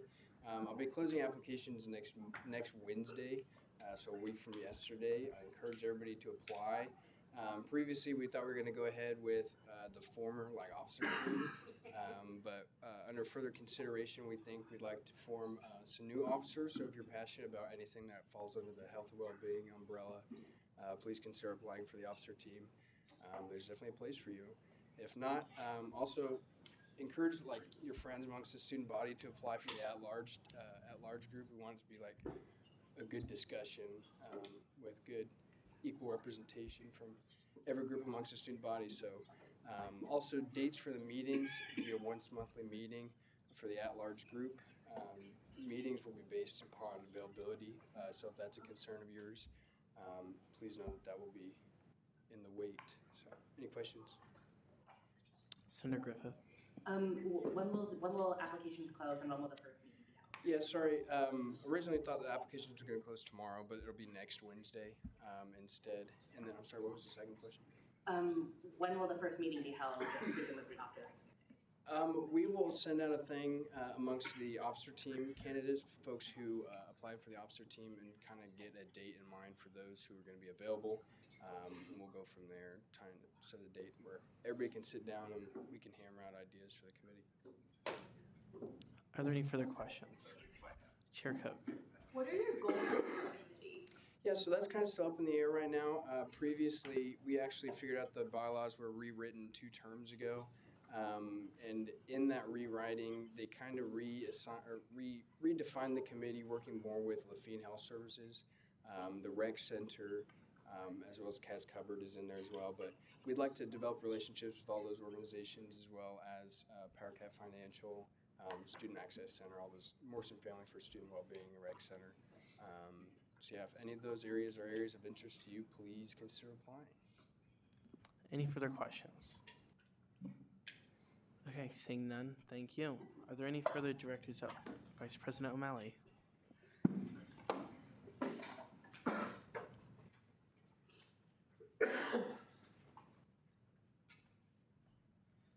Hey guys, sorry, we just keep getting up here, so that's our bad. I'm about to send you guys an email that I think you guys should consider. the university, the Kansas Leadership Center is a nonprofit organization in Wichita. And for the first time ever this year, they're hosting 40 students from each of the Kansas Board of Regents schools for civic engagement work and to discuss what political activism looks like on college campuses. K-State is going to pay for 40 K-State students to go, and Dr. Land has asked that we come up with those 40 students. So I'm going to send you maybe a longer PDF file describing the event, what it would look like. We'd go down to Wichita. The university would provide transportation, either buses or a van. Could be fun. But it'd be a day-long event November 1st, another day-long event probably in May with maybe 2 online sessions between those. But again, take a look at what I'll send out, and if you're interested, let me know. I'll get you signed up. So should be fun too. That's all I got. Questions? Cool. Are there any further directors that would like to give a report? Okay, seeing none, we will go into approval of the allocations. We have 3. The first is Bill 19, FY25 allocation to Tau Beta Pi. It was referred favorably from SAC 6 to 0 to 0. They requested 2115 and they recommended 450. Bill 20, FY25 allocation to the Society of Hispanic Professional Engineers. It was referred out favorably from SAC 6 to 0 to 0. They requested 1500 and they recommended 1500. And then Bill 21, FY25 allocation to the Society of Women Engineers, referred favorably from SAC 6 to 0 to 0. They requested 1500 and were recommended 1500. Is there a motion to Chair Strong? I move to approve the allocations unanimously. Second. Is there an objection? The allocations will stand approved. And with that, we will go into final action on Resolution 37, recommendation to legislative branch leadership. The author will please come forward. Hi, guys. Were there any changes in committee? There were. So as you guys can notice, this is no longer a recommendation, it is now a recommendation. While I wasn't necessarily for this, it was, the committee felt like it would You're be only better, supposed to state the changes to the legislation. Okay. Yep. Okay. Well, we changed it to a recommendation, and then the condemnation down there. That was to get it out of committee, which I'm appreciative of SSF. Okay. So, first thing I want to say as we get into this debate, this bill was not written out of hate, as I said last week.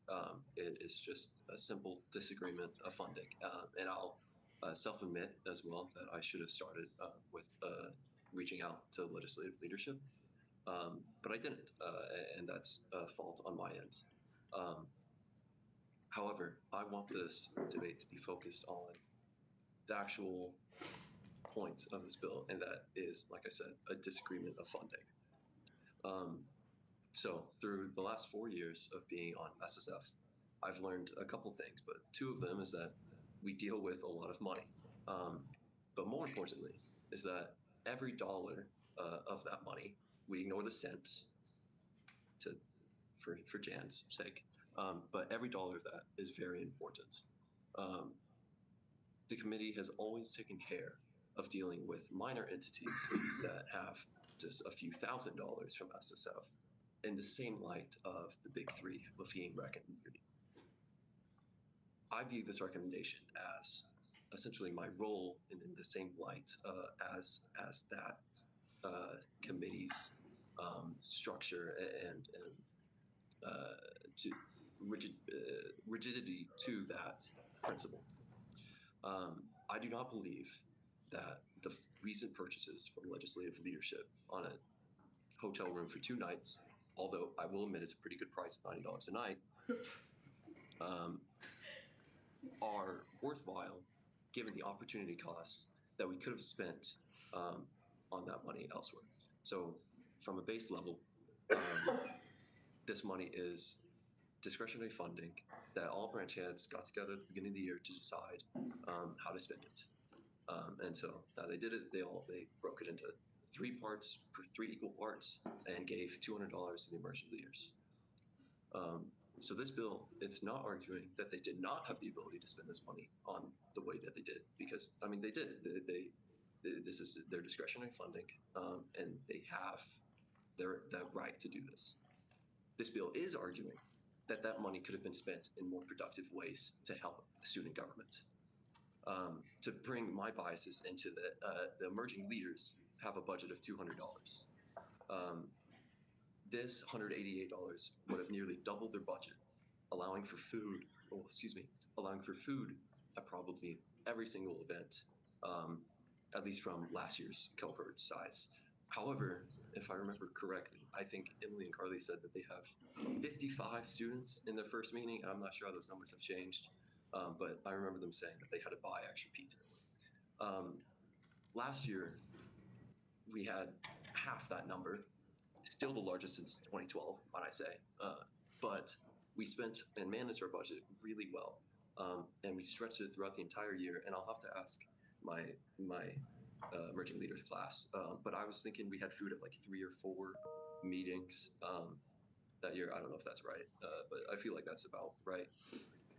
I don't know, I don't think Emily and Carly are going to be able to provide food through the year for a class if they manage to keep that size.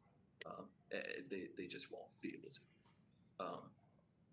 And I know having food at events, and I think we all know, is such a good incentive for people to come to meetings.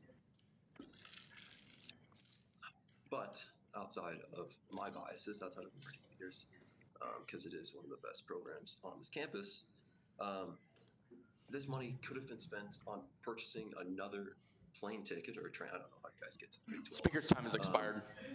Nearly done. Okay. Seeing as that was debate in the positive, was there any debate in the negative? Senator Griffith.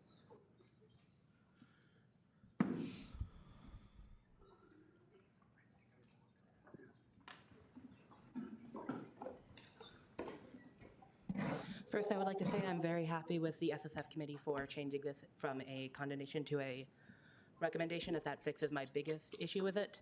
However, I still disagree with this because for a different reason. I believe that this is a perfectly fair usage of the legislative discretionary budget. It's not a huge amount, but it is just enough that for the purpose of it is for the legislative leadership. As such, I believe that this is a perfectly fair use of this budget, and I urge you to vote against it because I don't believe that there is any real objection to it, to the spending for the hotel room. Seeing as that was debate in the negatives or debate in the positive, Senator Shirky. Parliamentarian, would you remind me of the time limit for debates? 4 minutes. There we go. Don't worry, I shouldn't take that long.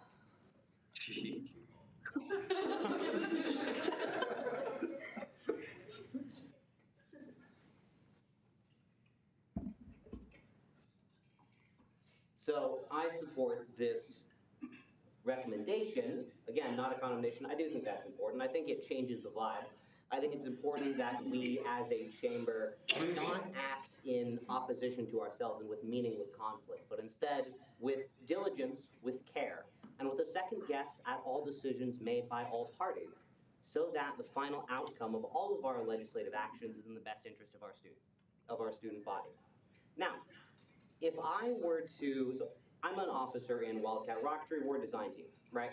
And we get money from the general allocations, which the meetings for that happen in SAC in spring, but ignore that. Let's say that I went to a travel meeting and I had the authority to request money from SAC for a travel meeting.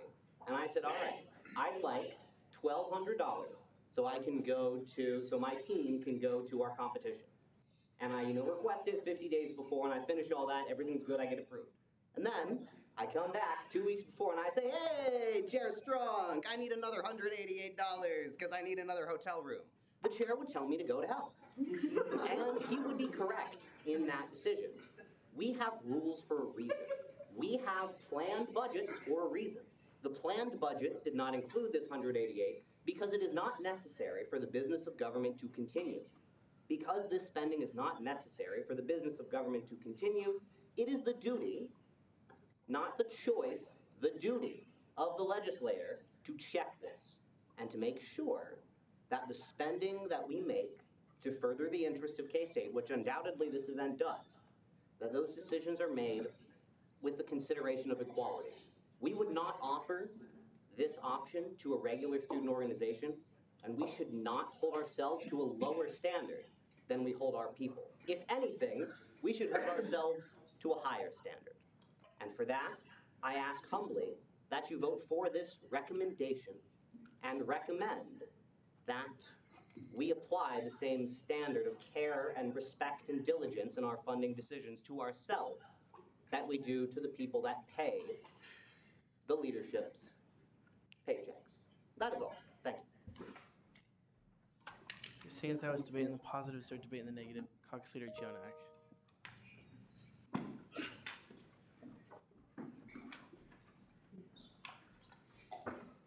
Hi guys, I'll keep this short and sweet. A couple of things that I wanted to bring up. I noticed that still, after revisions, there are no sponsors to this bill. I think that's interesting. I just want to point that out. I'm not sure if some have been added, but we are in the final stage of like literally voting on this in a few seconds. So I think that's kind of interesting at this point. Another thing that I want to bring up is something that we've discussed in previous Senate meetings, is that this still is a bill that was drafted without speaking to anyone that it is addressed at, which still makes it feel like a big attack, in my opinion. Another thing that I would like to talk about is this money this $188 that we're talking about here, which let's think about that number for a minute. Rhetorical question, does anyone know what happens if we don't spend that money? It goes nowhere. It just sits there and literally does not get spent. As to the argument of previous speakers that have said this should have been spent on the emerging leaders, if that's truly the way that we feel, let's draft legislation for next year to encourage that. And why wasn't it allocated like that initially from the beginning? I believe other previous speakers have also said that it was decided at the beginning of the semester what the discretionary budget would be. And discretionary budget means discretionary budget, right? It can be spent on food and snacks, and sometimes I think in the past it has been spent for committee chairs to like buy cookies for their committee on the last time of committee. $188 is not enough money to feed emerging leaders multiple times. And if that's something we feel like should be spent on emerging leaders, that should be decided at the beginning. Thank you. Seeing as I was debating the negatives or debating the positive, Caucus Leader Holzmeister.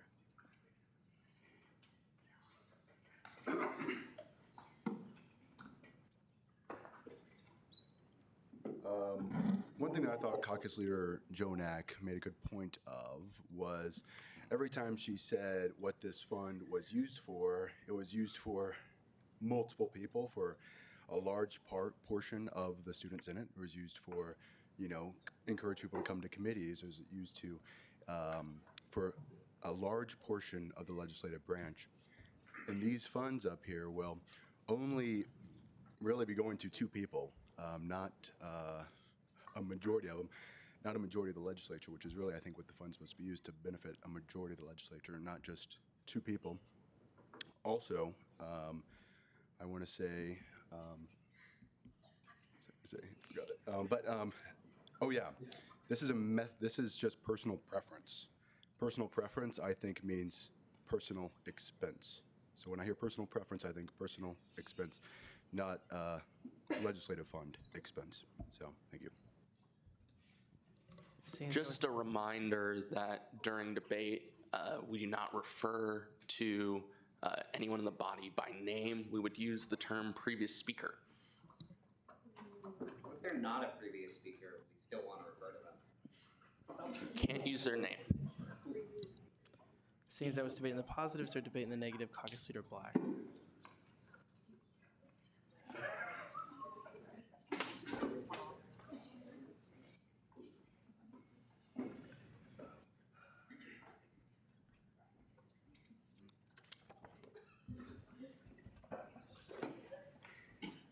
Okay. I will be speaking like fairly neutrally because I believe that everything that's been said here tonight was good points. The only reason that I'm kind of like in the negative for this piece of legislation is I think that it has ran its course. I really do like a lot of the things that it has done for Senate in general. I mean, it has maybe been a source of some division, but what it has done is it's called attention to the discretionary spending. There's already been legislation drafted that I believe will be introduced tonight calling for the disclosure of this spending. And it still should remain discretionary because that's why it exists. But I think that is something positive that's come out of it. And I also think that this has drawn attention to the emerging leaders budget, as when we review that bill, I think we review it this year, but we now will keep these things in mind, as maybe we could allocate more money to something that's important to our organization that can do a lot of good. The only reason that I'm really negative on this bill is I don't believe that the spending is fiscally irresponsible or wrong. I think that the money that it's being spent on is something we should have spent money on anyways. If we're going on a trip, we should pay for the trip. I have shared so many beds with people on school trips, and I personally have, okay. You can laugh, ha ha ha. I'm a comedian sometimes. It's not really something that I personally disagree with, but I wouldn't go as far to say that it's fiscally irresponsible spending, I guess. And traditionally, this has been an account that has not been fully utilized. So I don't have a huge problem with the spending. I believe that this bill has already done the thing, accomplished what it has set out to accomplish. But I say just vote no, because the spending that's talked about is not necessarily fiscally irresponsible. And that's why, as a committee, I feel like we decided to change this from a commendation to a recommendation, and why we referred it neutrally. Seeing as that was debate in the negative, is there debate in the positive? Senator Griffith. I have 2 points of information. The first one is, when is the SGA budget next up for review by SSS? I believe it's next year. And then my second one is, do you have any knowledge of how the discretionary budget has been spent in the past? Yes, to an extent. Last year, it was spent, $40 was spent on a table at an event on campus, so they could like have dinner or whatever. I don't know, the year prior. Not much. And then 2 years prior to last, I know that like a computer tower was bought. So, any other, is that everything? Okay, excellent. Seeing as that was debate in the negative, is there any debate in the positive? I just have a point of information. Yes. I sponsored this bill. Okay. I filled the bills out. Seeing as that was debate in the negative, is there any debate in the positive? Is there any debate in the negative? Caucus Leader Kermer.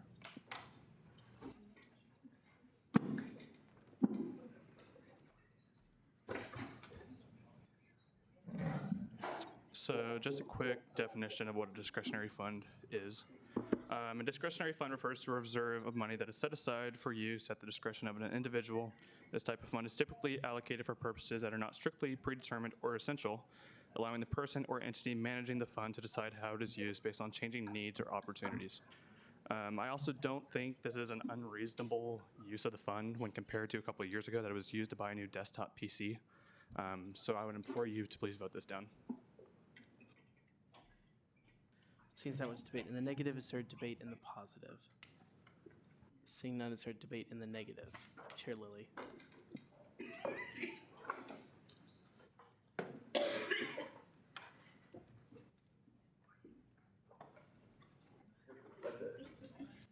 Yeah, actually, there's only 3 of them, so it shouldn't take long.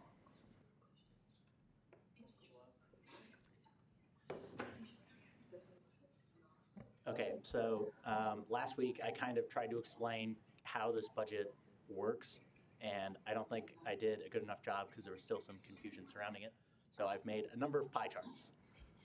So everything, you can't really tell on the screen, but it's hatched on the left. Everything but that bright red is pre-allocated out of the contract. This all comes out of one SSF SGA contract. It's $87,400 this year. $5,500 goes to elections, $18,000 goes to an audit, and about $56,000 goes to officer compensation. The remainder is split as shown with 5,600, the remainder goes to the branch heads, and the three of them come to a consensus on how that's spent. So that includes the travel budget in green, the branches and emerging leaders in purple, and then the promotions and banquet in orange. Can you go to the next one? So the one in question is the red. The shaded portion of the red is how much the hotel room costs. The whole red is the discretionary portion of Carson's. This is all out of the same kind of hand wavy, we expect to spend this much budget. It is out of the exact same pool of money. The only difference is that Carson would retain less direct control of the money after this. Just a reminder to not refer to them by name. The guy. You can use the term speaker. And then can you go to the next one? So there's an 8% number that caused some confusion. This is that 8% number. So out of all of the money that was spent on this trip, 8% of it was that $188. I think there was some people kind of misunderstood that as 8% of the legislative discretionary budget. It is 8% of what was spent on this trip went to those hotel rooms. Okay, seeing as how it's debate in the negative, is there any debate in the positive? Seeing none, is there any debate in the negative? Is there somebody on Zoom? Senator For Hoffman. positive. Yep, Yeah. Senator Hoffman. Sorry, I forgot how to unmute here. Okay, yeah, I just want to reiterate. I feel like a lot of previous speakers somewhat maybe, I don't want to say ignored, but just want to re-emphasize what I want this bill to be about. This bill, you should vote yes on it if you believe that this funding was a waste, not a waste, was a, could have been better used elsewhere. If you believe that could have been better spent in emerging leaders, sending another person to this conference, vote yes on this bill. If you believe that this money wasn't spent irresponsibly and that we should, and that this is a perfectly fine use of our money, vote no on it. That is what I want this bill to be about. And I think one previous speaker has really emphasized that point. I think that. But I just want to acknowledge that, again, discretionary funding, they had the opportunity, this is their money. I'm not arguing that.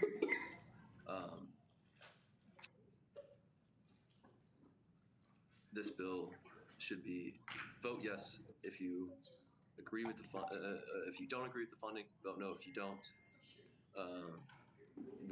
Switch that around. Vote yes if you don't agree with the funding, with how the money was spent. Vote no if you do. That's it. That was so much more poorly said than my first argument, but I just wanted to restate the point of the bill. Okay, seeing as that was debate in the positive, I'm going to step down as chair for a minute and speak in the negative.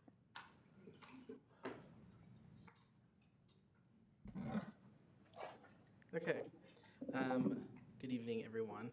I normally don't come and debate on things because I usually don't see that as my role.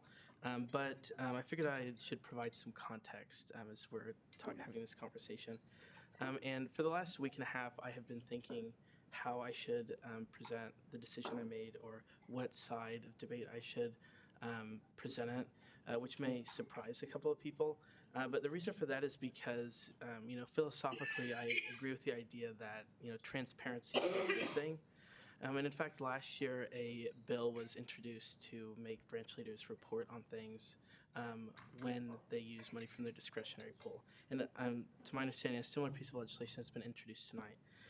But this resolution is not the same conversation as a bill to change the rules. And so before I get into that, I just kind of want to briefly talk about the decision I made. And so, as many of you know, there are 7 people traveling to the Big 12 Conference.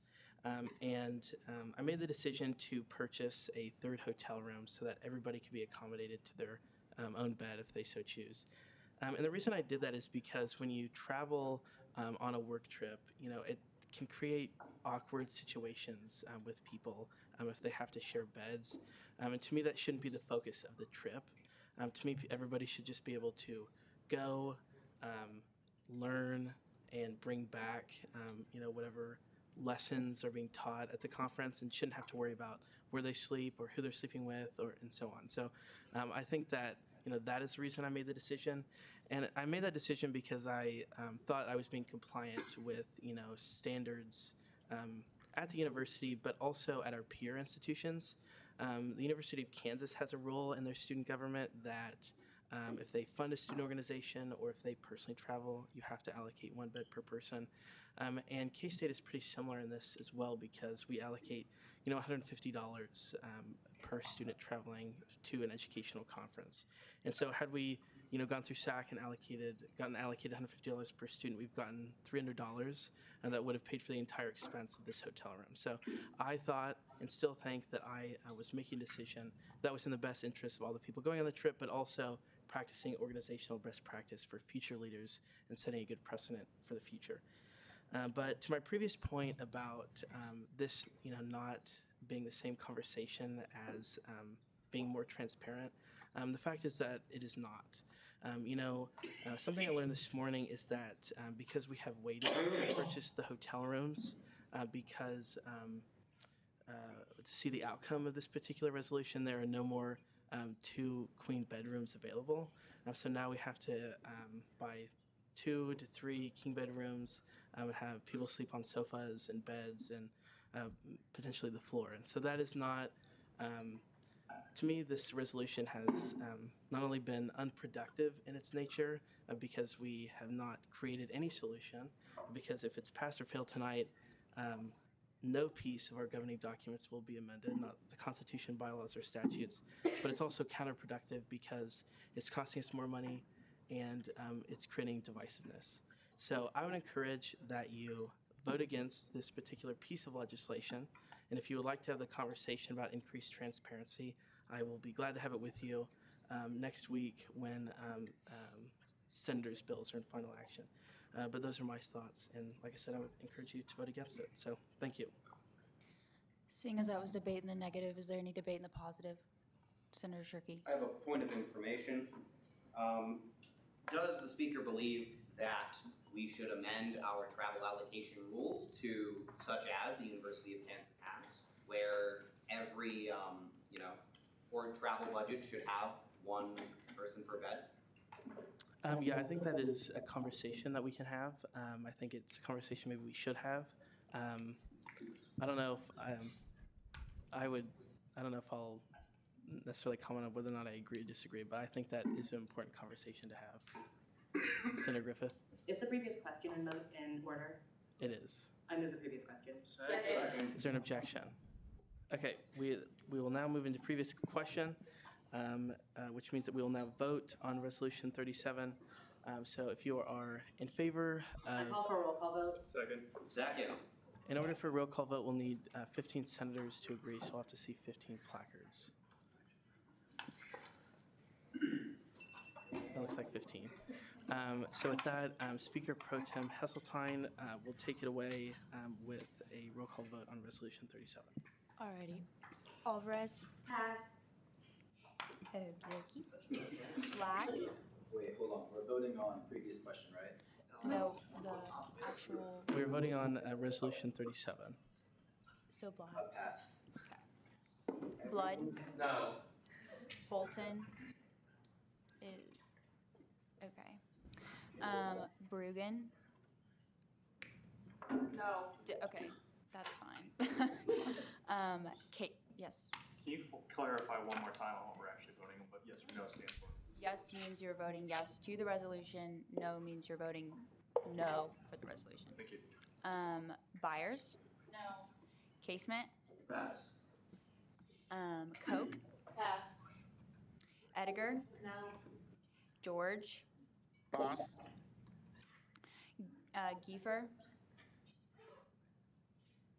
Oh, he abstains by proxy. Okay. Glasscock. No. Griffith. No. Was that a no? Okay. No, I don't know. That's fine. Hassan Shakib. No. Hannah. No. Hoffman. Yes. Holmes. Pass.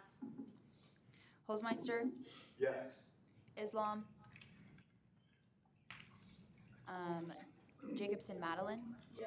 Jacobson Michael. Yes. Jonak. No. Carton. Pass.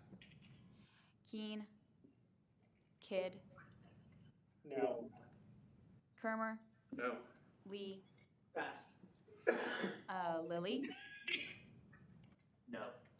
McCulloch. Moltz. No. Morris. Yes. Nagai Velasquez. No. Otto. No.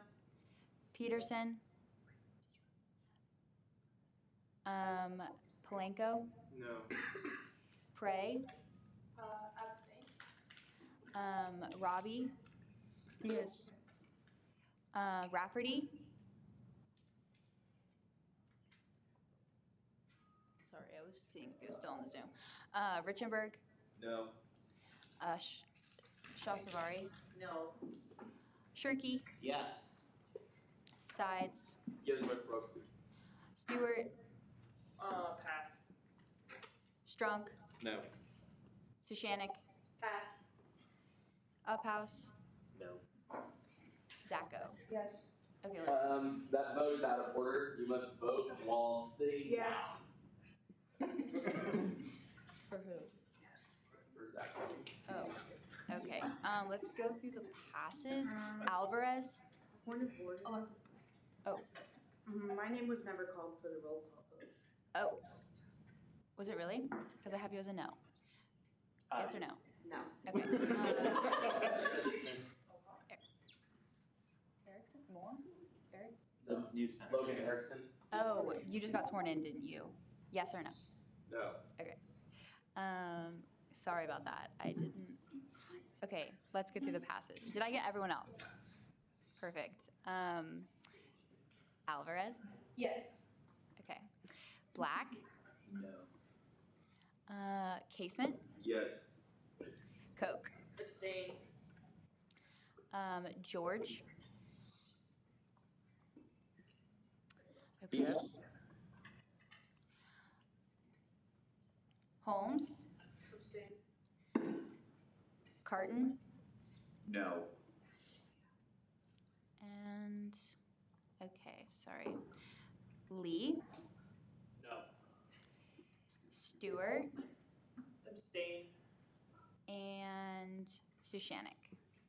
Yes. Okay. Let's see. This will fail 13 to 25 to 5.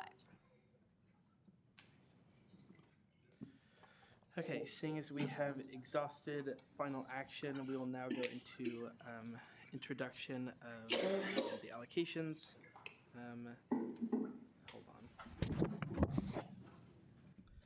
There are 3 allocations. Bill 22, FY25 student allocation to the Latin Dance Club. They requested $1,600 and were recommended $100. The next is Bill 23, FY25 student allocation to the Pocono Entomology Club. They requested $600 and were recommended $600. And the third one is Bill 24, FY25 allocation to Resonate Acapella. They requested $2,500 and they were recommended $16. Is there a motion to consider? Chair Lilly. I move to consider the allocation. Second. Okay, the allocation will stand approved. Are there any other questions? They will not stand approved. Sorry, they're introduced. Senator Griffith, is that a I question? have a few questions for the author. If you'll come forward, Devin.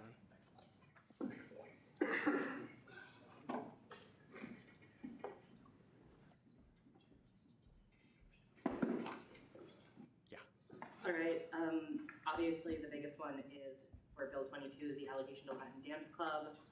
How come you are only giving them $100 out of their total allocation? The committee members that voted on this thought that there was not enough educational value to fund their tickets for the event, but they thought that we could fund the gas. So, yeah. Could you, follow up? Well, could you speak to the committee's reasoning as to why the tickets to the event weren't educational, but the gas to get to the event was? That's a question I asked myself. So you can ask some of the committee members, I guess. Are there any further questions? Yeah. Would you consider discharging this into final action next week for the whole Senate to vote on? No. I have some other ideas. So. Are there any further questions? Elections Commissioner Kermer. Just a point of information. During committee, there seems to be an gray area of what educational value is. So that is something we are continually reassessing as the semester goes on and redefining. Yeah, there's going to be a presentation about that this Sunday. So. Are there any further questions? Okay, seeing none, the allocations will stand introduced, and we'll now go into introduction of legislation. Is there a motion to consider Bill 25? Chair Lilly. I move to consider Bill 25. Is there an objection? Will the author please come forward?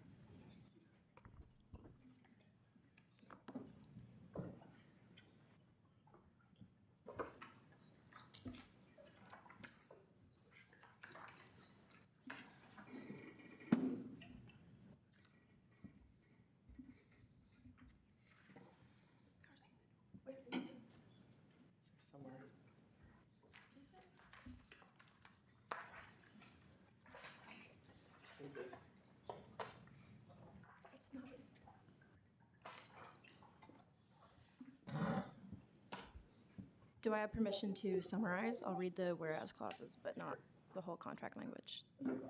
Senator Glasscock. I move to allow the speaker to summarize. Is there an objection? Okay, you can summarize. Okay, thank you.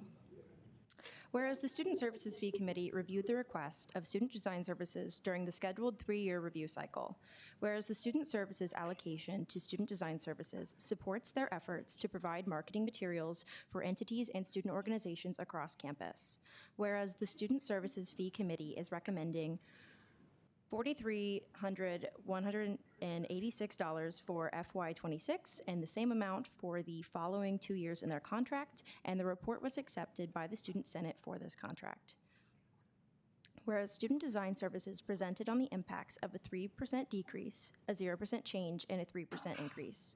Whereas the Student Services Fee Committee deemed that the 3% increase to the Student Design Services budget would allow them to expand their current operations. Whereas the Student Services Fee Committee recommends that the entity utilize their carry-forward balance through the duration of their contract term.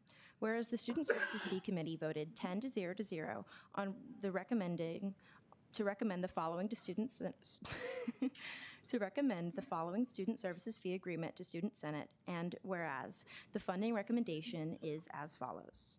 And then following that, we have a pretty standard SSF contract. We made very few changes from the contract they've been operating on for the previous 2 years. One of those changes is in Section 3C. While the department may, without the approval of Student Services Fee Committee, offer fee-for-service to other Kansas State University affiliated entities, precedence must be given to student organizations or SSF-funded entities. Are there any questions or corrections? Senator Shirkey. I have a question. First is, how's that different, the Section 3 thing, how's it different from what it was before? It did not exist previously, so Student Design Services was only able to do their job and make marketing materials for orgs that were on campus already. They were allowed to do so for SSF entities like student orgs and other things that are line items on the budget without the approval of the fee. And they are also, with the approval of the committee, allowed to create marketing material for other departments, but they would have required SSF approval to do that. This makes it so that they may use their services for a fee. So an organization or a department can come to them and they can charge them as long as they are not an SSF entity. So hopefully we can see some profit from them. Follow up. Granted. Where's the money coming from for the 3% increase? It is coming from the student services fee paid in by this year. We don't know the exact numbers yet for how much of an increase we have towards SSF this year, but we know that enrollment is in fact an increase of last year. And also, they were cut very significantly during COVID, facing a 30% cut from their funding 3 years ago. And to clarify, when you stated increase just now for the student services, you don't mean an increase of the number on cases, you mean an increase in total amounts because of hiring. Yes, so as enrollment increases, we collect more money since this is collected from every student, but I do not have any further information to disclose on that. Any further questions or corrections? Parliamentarian Blood. A few corrections. Line 76, you have the word KSU in front of SGA. And then lines 100 to 103, we put into a section 2. On line 100, it should say Bill 242525. And then on lines 102 and 103, Vice President for Student Life should be changed to Vice President for Academic Success and Student Affairs. And Chief Financial Officer should be changed to Vice President for Administration and Finance. Fabulous. Senator Shirkey. I have a point of information directed at the parliamentarian.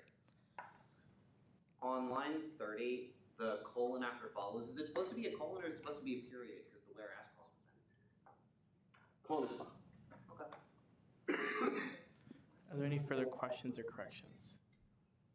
Caucus Leader Jonak. Is this bill saying or is it not saying? What's happening to the fee?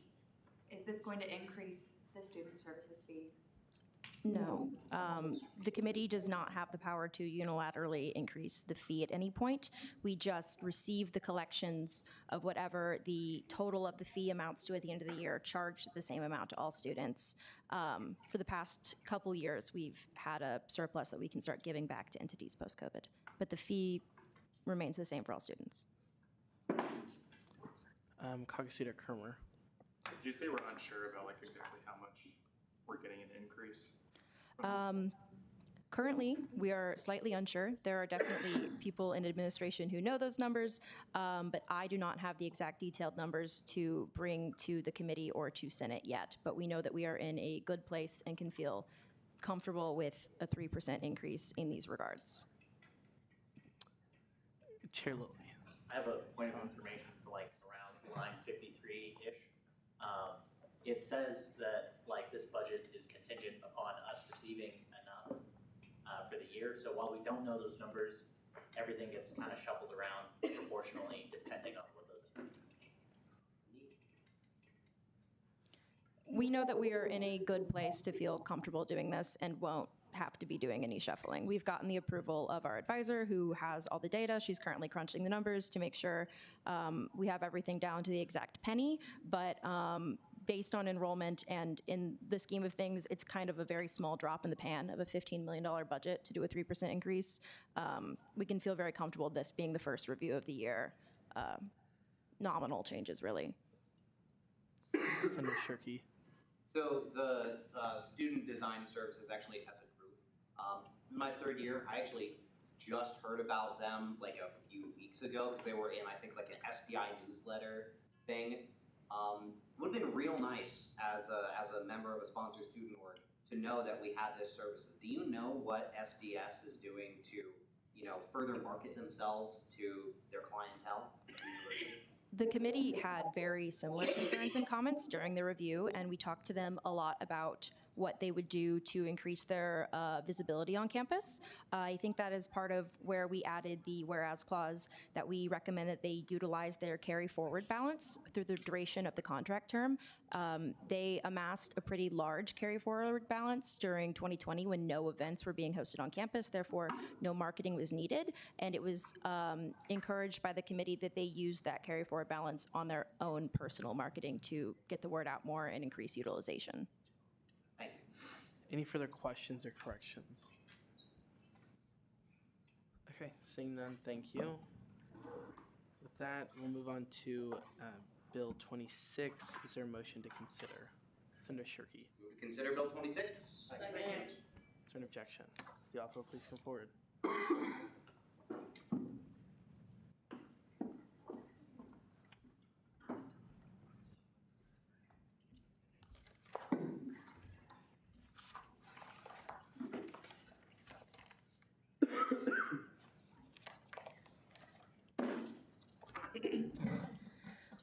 Bill 24, 25, 26, amendments to the KCUSJ statutes regarding KCUSJ budget transparency. Authors Vivian Griffiths.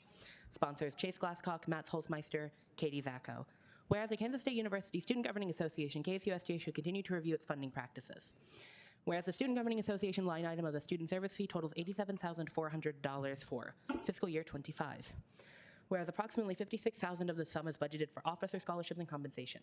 Whereas current funding regulations do not require transparency regarding expenditure of the remaining budget. Whereas expenditure of student service fee monies should not be made without proper notification of Student Senate. Whereas SGA leadership should retain jurisdiction over minor purchases. Whereas the notification of Student Senate on expenses will lead to greater transparency in stewardship. Whereas the version of this bill was first introduced to the Student Senate as Bill 232473 during the 2023-2024 KCUSJ term by then Student Service Fee Chair Jacob Long, and then Diversity, Equity, Inclusion, and Belonging Chair Peyton Lynn. Whereas the bill failed to receive the majority vote required to pass when first introduced, whereas recent events have warranted its reintroduction, and whereas greater transparency of budget allocations will ensure the proper operations of our Student Governing Association. Be it enacted that Section 1, Section Undetermined of the Kansas State University Student Governing Association's statute shall be amended to read as follows. Section J. Student Governing Association budget. The Student Senate shall be notified of any expenditures of the Student Governing Association line item of the student services fee totaling greater than $400. This notification may take the form of a director's report, second open period speech, or digital communication in such a way that any member of the Student Senate would have the potential to learn of said expenditure. Section K. Legislative General Budget. The Student Senate shall be notified of any expenditures of the legislative general budget totaling greater than $35. This notification can take the form of a director's report, second open period speech, or digital communication in such a way that any member of the Student Senate will have the potential to learn of said expenditure. Section 2, this legislation shall take effect upon passage by the Student Senate and signature of the student body president. Although I do believe with the changes to the previous recommendation that came out of SSF, it should be the legislative discretionary budget instead of general budget. Are there any questions or corrections? Chair Lilly. So does this kind of formalize that discretionary budget in the legislative branch, or do you have any plans to do that? Or is this just supposed to apply to whatever manner they decide to set aside? Or It's the discretionary budget, whatever name that would take. So for this example, the $600 this year that was allocated to the legislative branch, any expenditure of that over $35 would be required to be notified. The Senate would require to be notified of it. follow-up? Granted. Is there a reason it's just the legislative branch?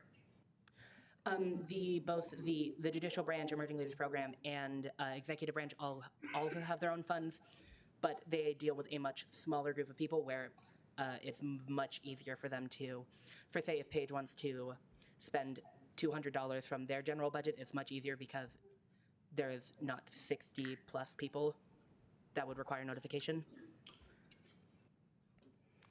Chair Strong. Yeah, how were these specific numbers come upon, like 435? I decided on the previous time it was introduced, it was at $500, which I thought was reasonable. I decided to lower it to $400 just because I feel like that is a good baseline. That anything under that is like basic operational purchases. Anything above that is significant enough to say, hey, we should probably learn about that. And then $35 was basically, so anything other $35 is like cookies for a Senate, is like cookies for a committee meeting or business cards. We don't need to receive an email. We don't need an email to say, hey, the speaker is buying business cards. Yeah. And also, like, so $400 from the Student Governing Association budget, and then $35 from the legislative budget. So, like, what can really be spent from the Student Governing Association budget? Like, Carson, would you like to answer that? I'll defer to the speaker. Travel or that's really kind of the main thing, but that would total greater than $400. I'm trying to think. I don't know if there's anything. Yeah, Chair Lilly. It's like travel, the banquet. There's, the way it's worded, I think it would also apply to like paying IT for the elections and officer compensation. Hopefully not individually, because that would kind of be a pain. And what's the other one? Oh, the audit. Yeah. Senator Shirkey. I have a correction and a point of information. The correction is line 88. I don't think needs to exist. The point of information directed at the speaker. Are there any, the introducer, the author, used the term operational expenses to describe small dollar value, very regular expenses, which one might worry would clog up the queues of our legislatures. Are there any regular expenses, just a little bit over $35 or just a little bit over $400 that you think would clog up the queue if this were enacted and we had to be notified? There are things that we, buy towards the beginning of the year that would fall under the, that would have to be reported, that would, there would be several things. Somebody mentioned like the business cards, name tents, but like name tags for committee chairs, some other office supply type things, and then travel. And like Chair Lilly said, the banquet. So there are things that would be reported on that are kind of, we purchase with some regularity, but I don't know that there would be so many things that it would necessarily clog the process, but that's a good question. If I could tag in on that for just a sec. This would only require notification, which can be a second open period or director's speech, each which would be which I would hope would be for like the traveling events. But specifically it can be an email or even a post in the official SGA GroupMe. It just needs to be in a way that any senator could learn of it, where the only way they don't learn of it is their own inaction.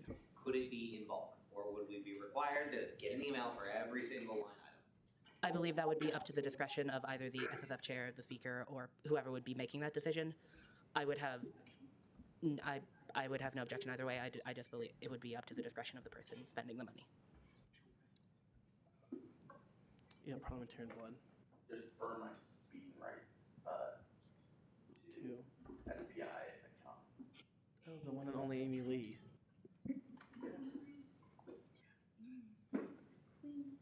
Good evening, everyone. I appreciate everyone's thoughts here, but I think that we need to really consider bringing back the treasurer position because it seems to be. Amy, you have to ask a question. Oh, okay. What do you all think about bringing back the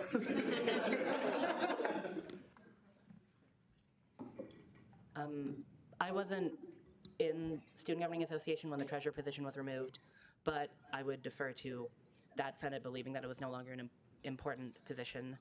But this would fall under the discretion of the speaker, the SSF chair, whoever is spending the money to notify Senate. It would be their responsibility to do that. I don't believe that the treasurer would be a required position. All right, so my next question is that your dollars are student dollars and they are scrutinized by internal audit. And they're heavily scrutinized, which I appreciate. So I do not allow things to go through unless I believe that they are allowable expenses. So I'm kind of confused on how we're going to track on just notifying Senate, because that is another level of the internal audit process.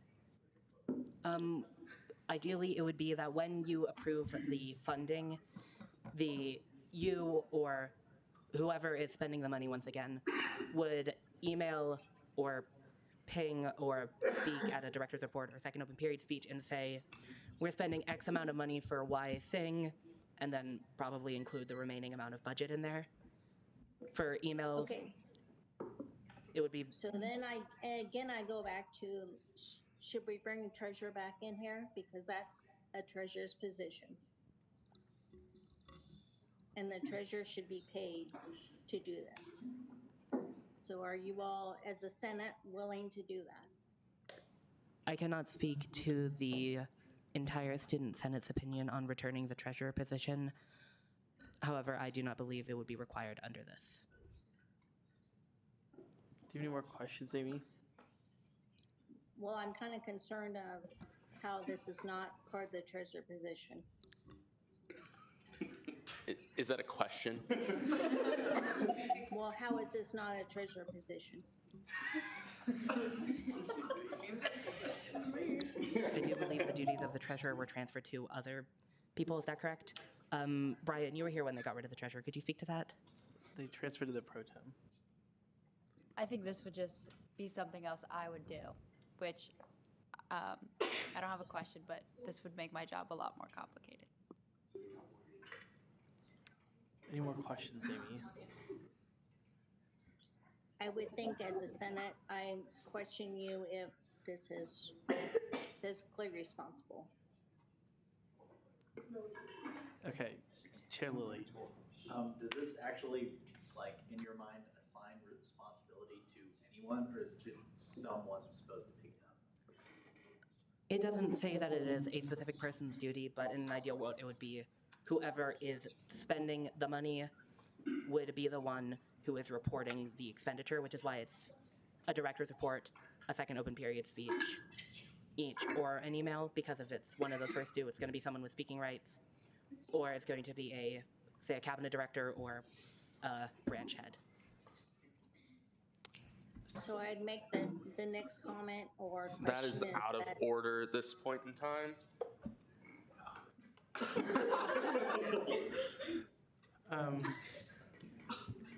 Consider Black. Yeah, so who isn't, like, allowed to spend this money, and could it not, like, maybe when this is referred to committee, just be stated that they are responsible for notifying the use? I would have no objections to specifying in here whose job that is, although that would also require amendments to the Constitution or bylaws, which I also would not object to. It would be up to whatever committee is referred to. Senator Zago.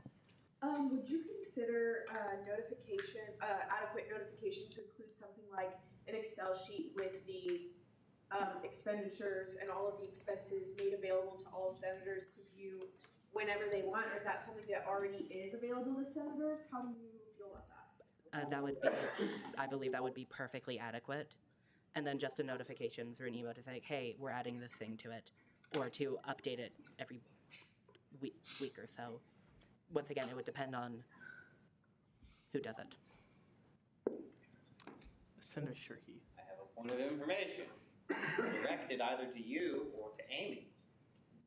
So we have an internal audit, which might metaphorically be a spreadsheet containing every item of expenditures, or might literally be that. I don't know, I've never seen it. My question is that like actual audit information, like public record? It would probably be a mess to go through, but is it public record for members of the Senate to look at, in theory? Do you have the answer on that, Amy?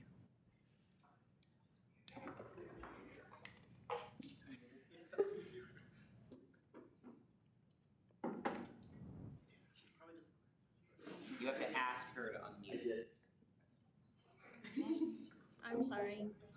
Internal audit has recently changed their policy, so internal audits records are not public information. I can rephrase their information, but I cannot give you their exact audit responses. Thank you. If I could ask a point of information, why is that? I have no idea. Amy, people in the organization receive emails, right, from internal audit? Yes, student service fee would receive that, but they cannot release that information either. Okay. Senator Sago. I don't know if this is a point of information, and I also don't want to come across this debate like, why, if we are students that pay to be here, why can't we know where exactly our money's going to? Like, I know she said that she doesn't necessarily know why that audit isn't public, but what would the process be of making that available for students or senators to be able to do? I will say that was the reasoning behind me writing this. Well, rewriting it. I would just preface that we know where the money is going because we are the ones that allocate it. It's and correct me if I'm wrong, Amy. It's more if we followed the right steps, that the process we laid out was followed and how it was spent. Is that correct?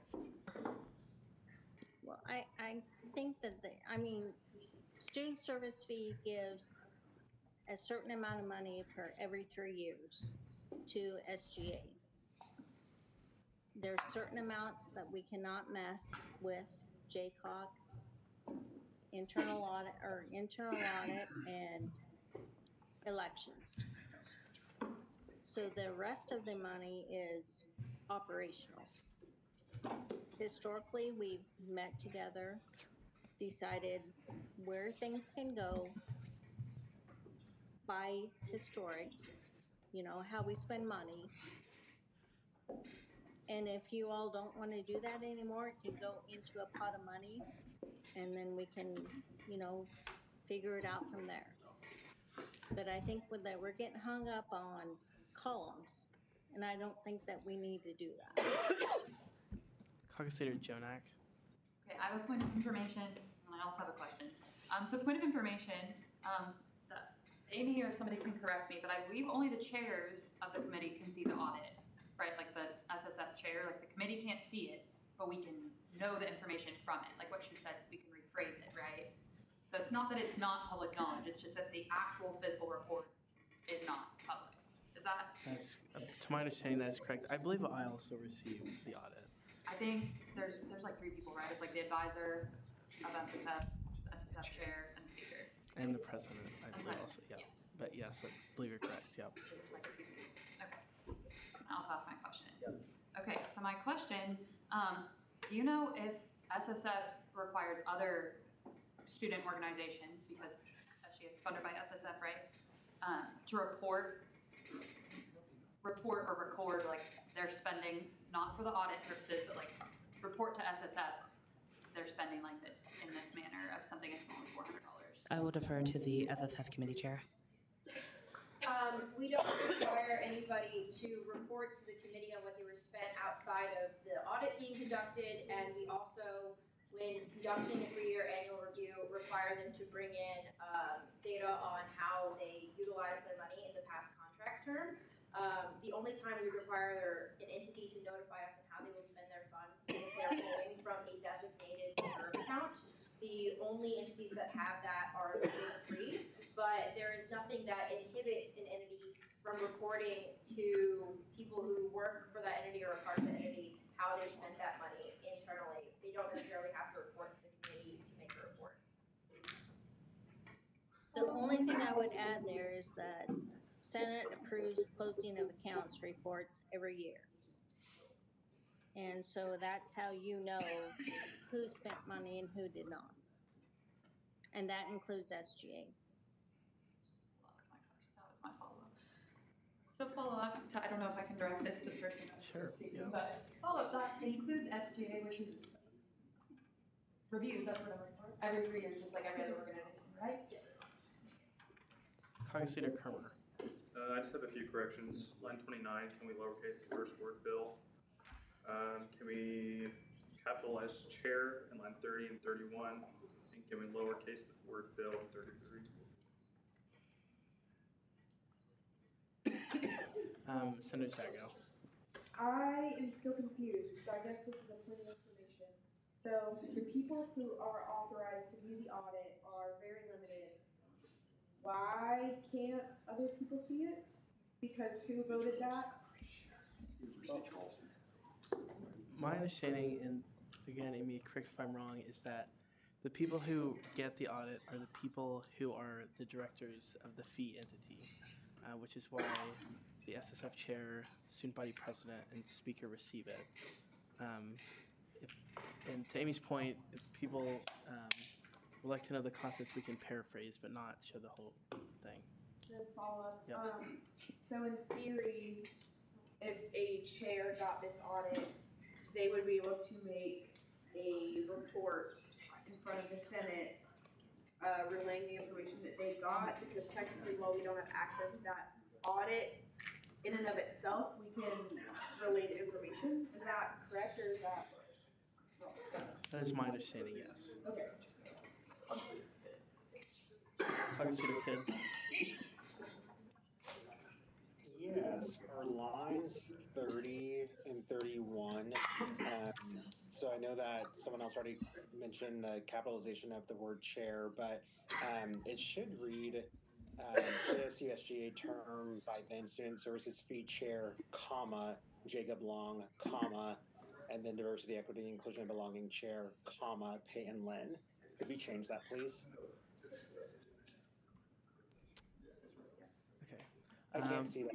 Is that a thumbs up? Yes, Sorry. it was. Yep. Okay, sorry. Thank you. Thank you. That looks like you're flipping. Caucus Leader off. Kermer. Yeah, Caucus Leader Kermer. Also, is it in order to include the names of chairs from past student senate? I can answer that. This wasn't my original bill, so I put it there to say, hey, this wasn't my original idea, here's where the credit goes. But the bill's already named. Yes, because they were the authors of that, and that's public information already.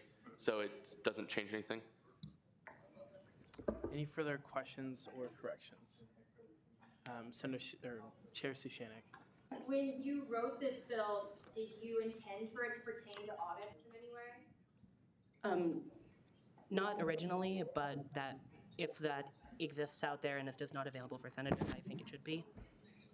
Can I ask a follow-up? Yeah. Would you be looking for more of an informal reporting process then? What, like, was your original intent of the bill? Oh yeah, essentially how I go if it's like a second open period report each or a director's report, they'd come up here probably with a presentation and say, here's what everything's being funded for, here's how much we're spending, here's how much is left.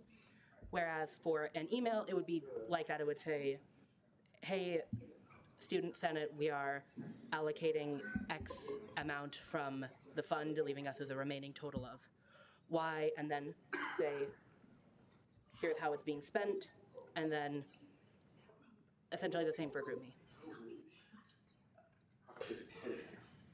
Caucus Leader Kidd. I don't recall if anyone else already mentioned this, but line 88 doesn't need to exist. Can we delete it? That was mentioned before. It was, sorry. Thank you. Are there any further questions or corrections? Okay. Seeing none, thank you. And we will now go into second open period. Are there any second open period speakers? Senator Moulds.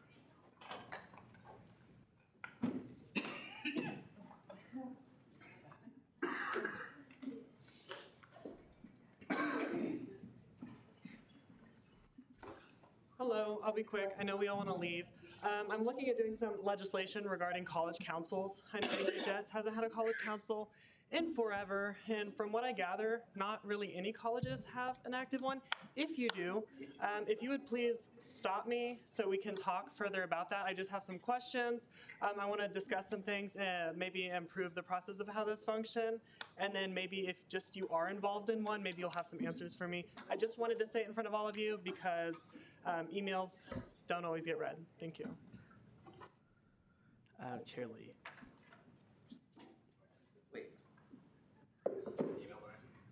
Well, there's questions, I guess. Oh, I don't. Further questions for Standard question. Senator Maltz? Okay, seeing none, Chair Lee. I'm really trying to pull up. Oh yeah, we got one more for you guys. Wednesday. I know a big complaint was about these debate series that they're on Wednesday nights, and I know some of y'all got chapter. I apologize for that. It is what worked best for us. But it's also being live streamed online. The ICDD, the Institute for Civic Discourse and Democracies, live streaming all these. This is our last debate series. This one should be a fun one. Yusha Reddy, who's the current state senator, former mayor of Manhattan, and former city commissioner, will be facing off Brad Starnes, who is the former educator. They're both educators. Brad Starnes was a superintendent of Riley County Schools before he ran for the Senate seat. And yeah, so they'll be facing off. It'll be a really good, lively debate. Hopefully a lot of people show up. It'll be outside there in on the, what's that called? The courtyard. So yeah, at 6 o'clock to 7:30 o'clock, show up. And yeah, I won't be hosting this one. I worked for Yusha, so I thought it'd be weird. But Michael Jacobson will be moderating this one too. So yeah, Michael, yeah. Yeah, you guys have any questions at all? Any questions? Okay, seeing none, thank you. Are there any further second? Senator Griffith.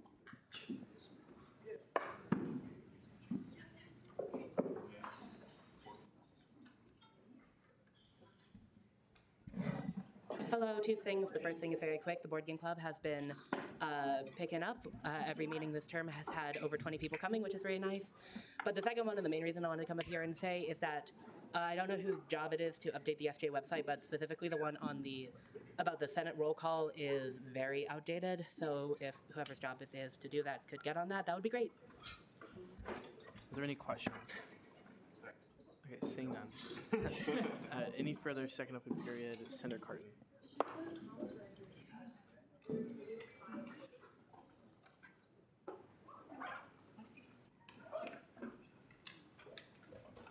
And I can kind of hear the grumbles going on. I understand we all want to go home, but this was a promise. So on behalf of the Dean of the Libraries, he wants to extend the thank you to SGA from the Dean, the faculty, and staff of the libraries for all the work that they have been doing to help the libraries. And some of the information that has come through. The library has seen a 28.7 increase of people coming in this year. Usually that increase only happens like 3% a year, so seeing it as a 28%, almost 29, is phenomenal, and Dean Joe from himself thanks you all very much for that. Any questions? Okay, seeing none. Are there any further second open period speakers? Okay, seeing none. What's next? Okay, reference of legislation. Bills 22 through 24 will go to the Student Allocations Committee, and bills 25 and 26 will go to the Student Services Fee Committee. And with that, Speaker Pro Tem Heseltine will take it away with Senate shoutouts. Alrighty, shout out to President Vogelmore and Director Easter for painting cute mugs in the back. Shout out to Elections Commissioner Kermer. Have fun with your new position and enjoy Senate ops. Shout out grad school getting a new senator. Shout out Joseph becoming an English teacher. Shout out Chair Lilly on his promotion from First Lieutenant to Captain. Keep calm and carry on, Captain. Shout out to it being October 3rd, aka Mean Girls Day. Shout out to Wildcat Pause Day. Shout out to Collaboration. I'm setting the over-under at 10:30. Who's willing to bet on that? Unfortunately, we are going to be under. Well, maybe fortunately. Shout out to Brian for hiding behind his desk in his tiny chair, eating his lollipops in peace. Shout out to Teehee. Shout out to Going to Hell. I hear it's nice this time of year. Shout out to Max sharing many beds. Shout out to Captain Lily for a fantastic PowerPoint presentation, 7.8 out of 10. You should have had more fun translations and more pie charts. Shout out to that guy. Shout out to people wanting speaker requested to snuggle up and share a hotel bed with his fellow legislators. Can someone please turn down the AC? My hands are cold. Shout out to Senator Griffith with words per minute. This is the kind of efficiency we should strive for. To the AC, I always wondered what it felt like to be a snowman in a blizzard. To the AC for making the room so cold, it would bring back war memories to veterans. Guys, I should have read that one previous. Shout out to Brian making Amy feel very welcome during the introduction of legislation. Shout out to Vivian for her dancing at the podium. Shout out to Senator Michael Jackson, aka Senator Griffith, with those fire dance moves. Shout out to everyone who's been coughing up a lung at Senate. Please stop. Shout out to Phillips Gloves. Shout out to being here when Heartstopper 3 just dropped. Shout out to Vivian's dance moves, the only thing keeping me awake right now. Apparently, shout out to Nick Saya. Shout out to forgetting your placard while presenting. Shout out to remembering your placard while presenting. And then someone just submitted the letter A. And with that, Speaker Pro Tem Heseltine will take it away with our second roll call. Alvarez. Here. Black. Here. Blood. Here. Bolton. Here. Frugan. Byers. Here. Casement. Here. Koch. Here. Erickson. Here. Ediger. Here. George. Here. Glanville. Here. Glasscock. Here. Griffith. Still here. Hassan Shakib. Here. Hannah. Here. Hoffman. Here. Holmes. Here. Holzmeister. Here. Islam. Jacobson Madeline. Here. Jacobson Michael. Here. Jonak. Here. Carton. Yep. Keen. Kermer. Here. Kidd. Here. Lily. Here. Lee. Here. Did I already call you? Sorry if I called you twice. McCullough. Moltz. Here. Morris. Here. Nagai Velasquez. Here. Otto. Here. Palenko. Here. Cray. Yeah. Robbie. Rafferty. Richenberg. Here. Shahasavari. Here. Shirky. Here. Stewart. Here. Strunk. Here. Sushanik. Here. Uphouse. Here. And Zacco. Here. Senator Griffith. I move to adjourn this meeting. I move to adjourn this meeting until Thursday, October 10th, 7 p.m. right here in the Wildcat Chamber. Second. Is there an objection? We stand adjourned. Okay.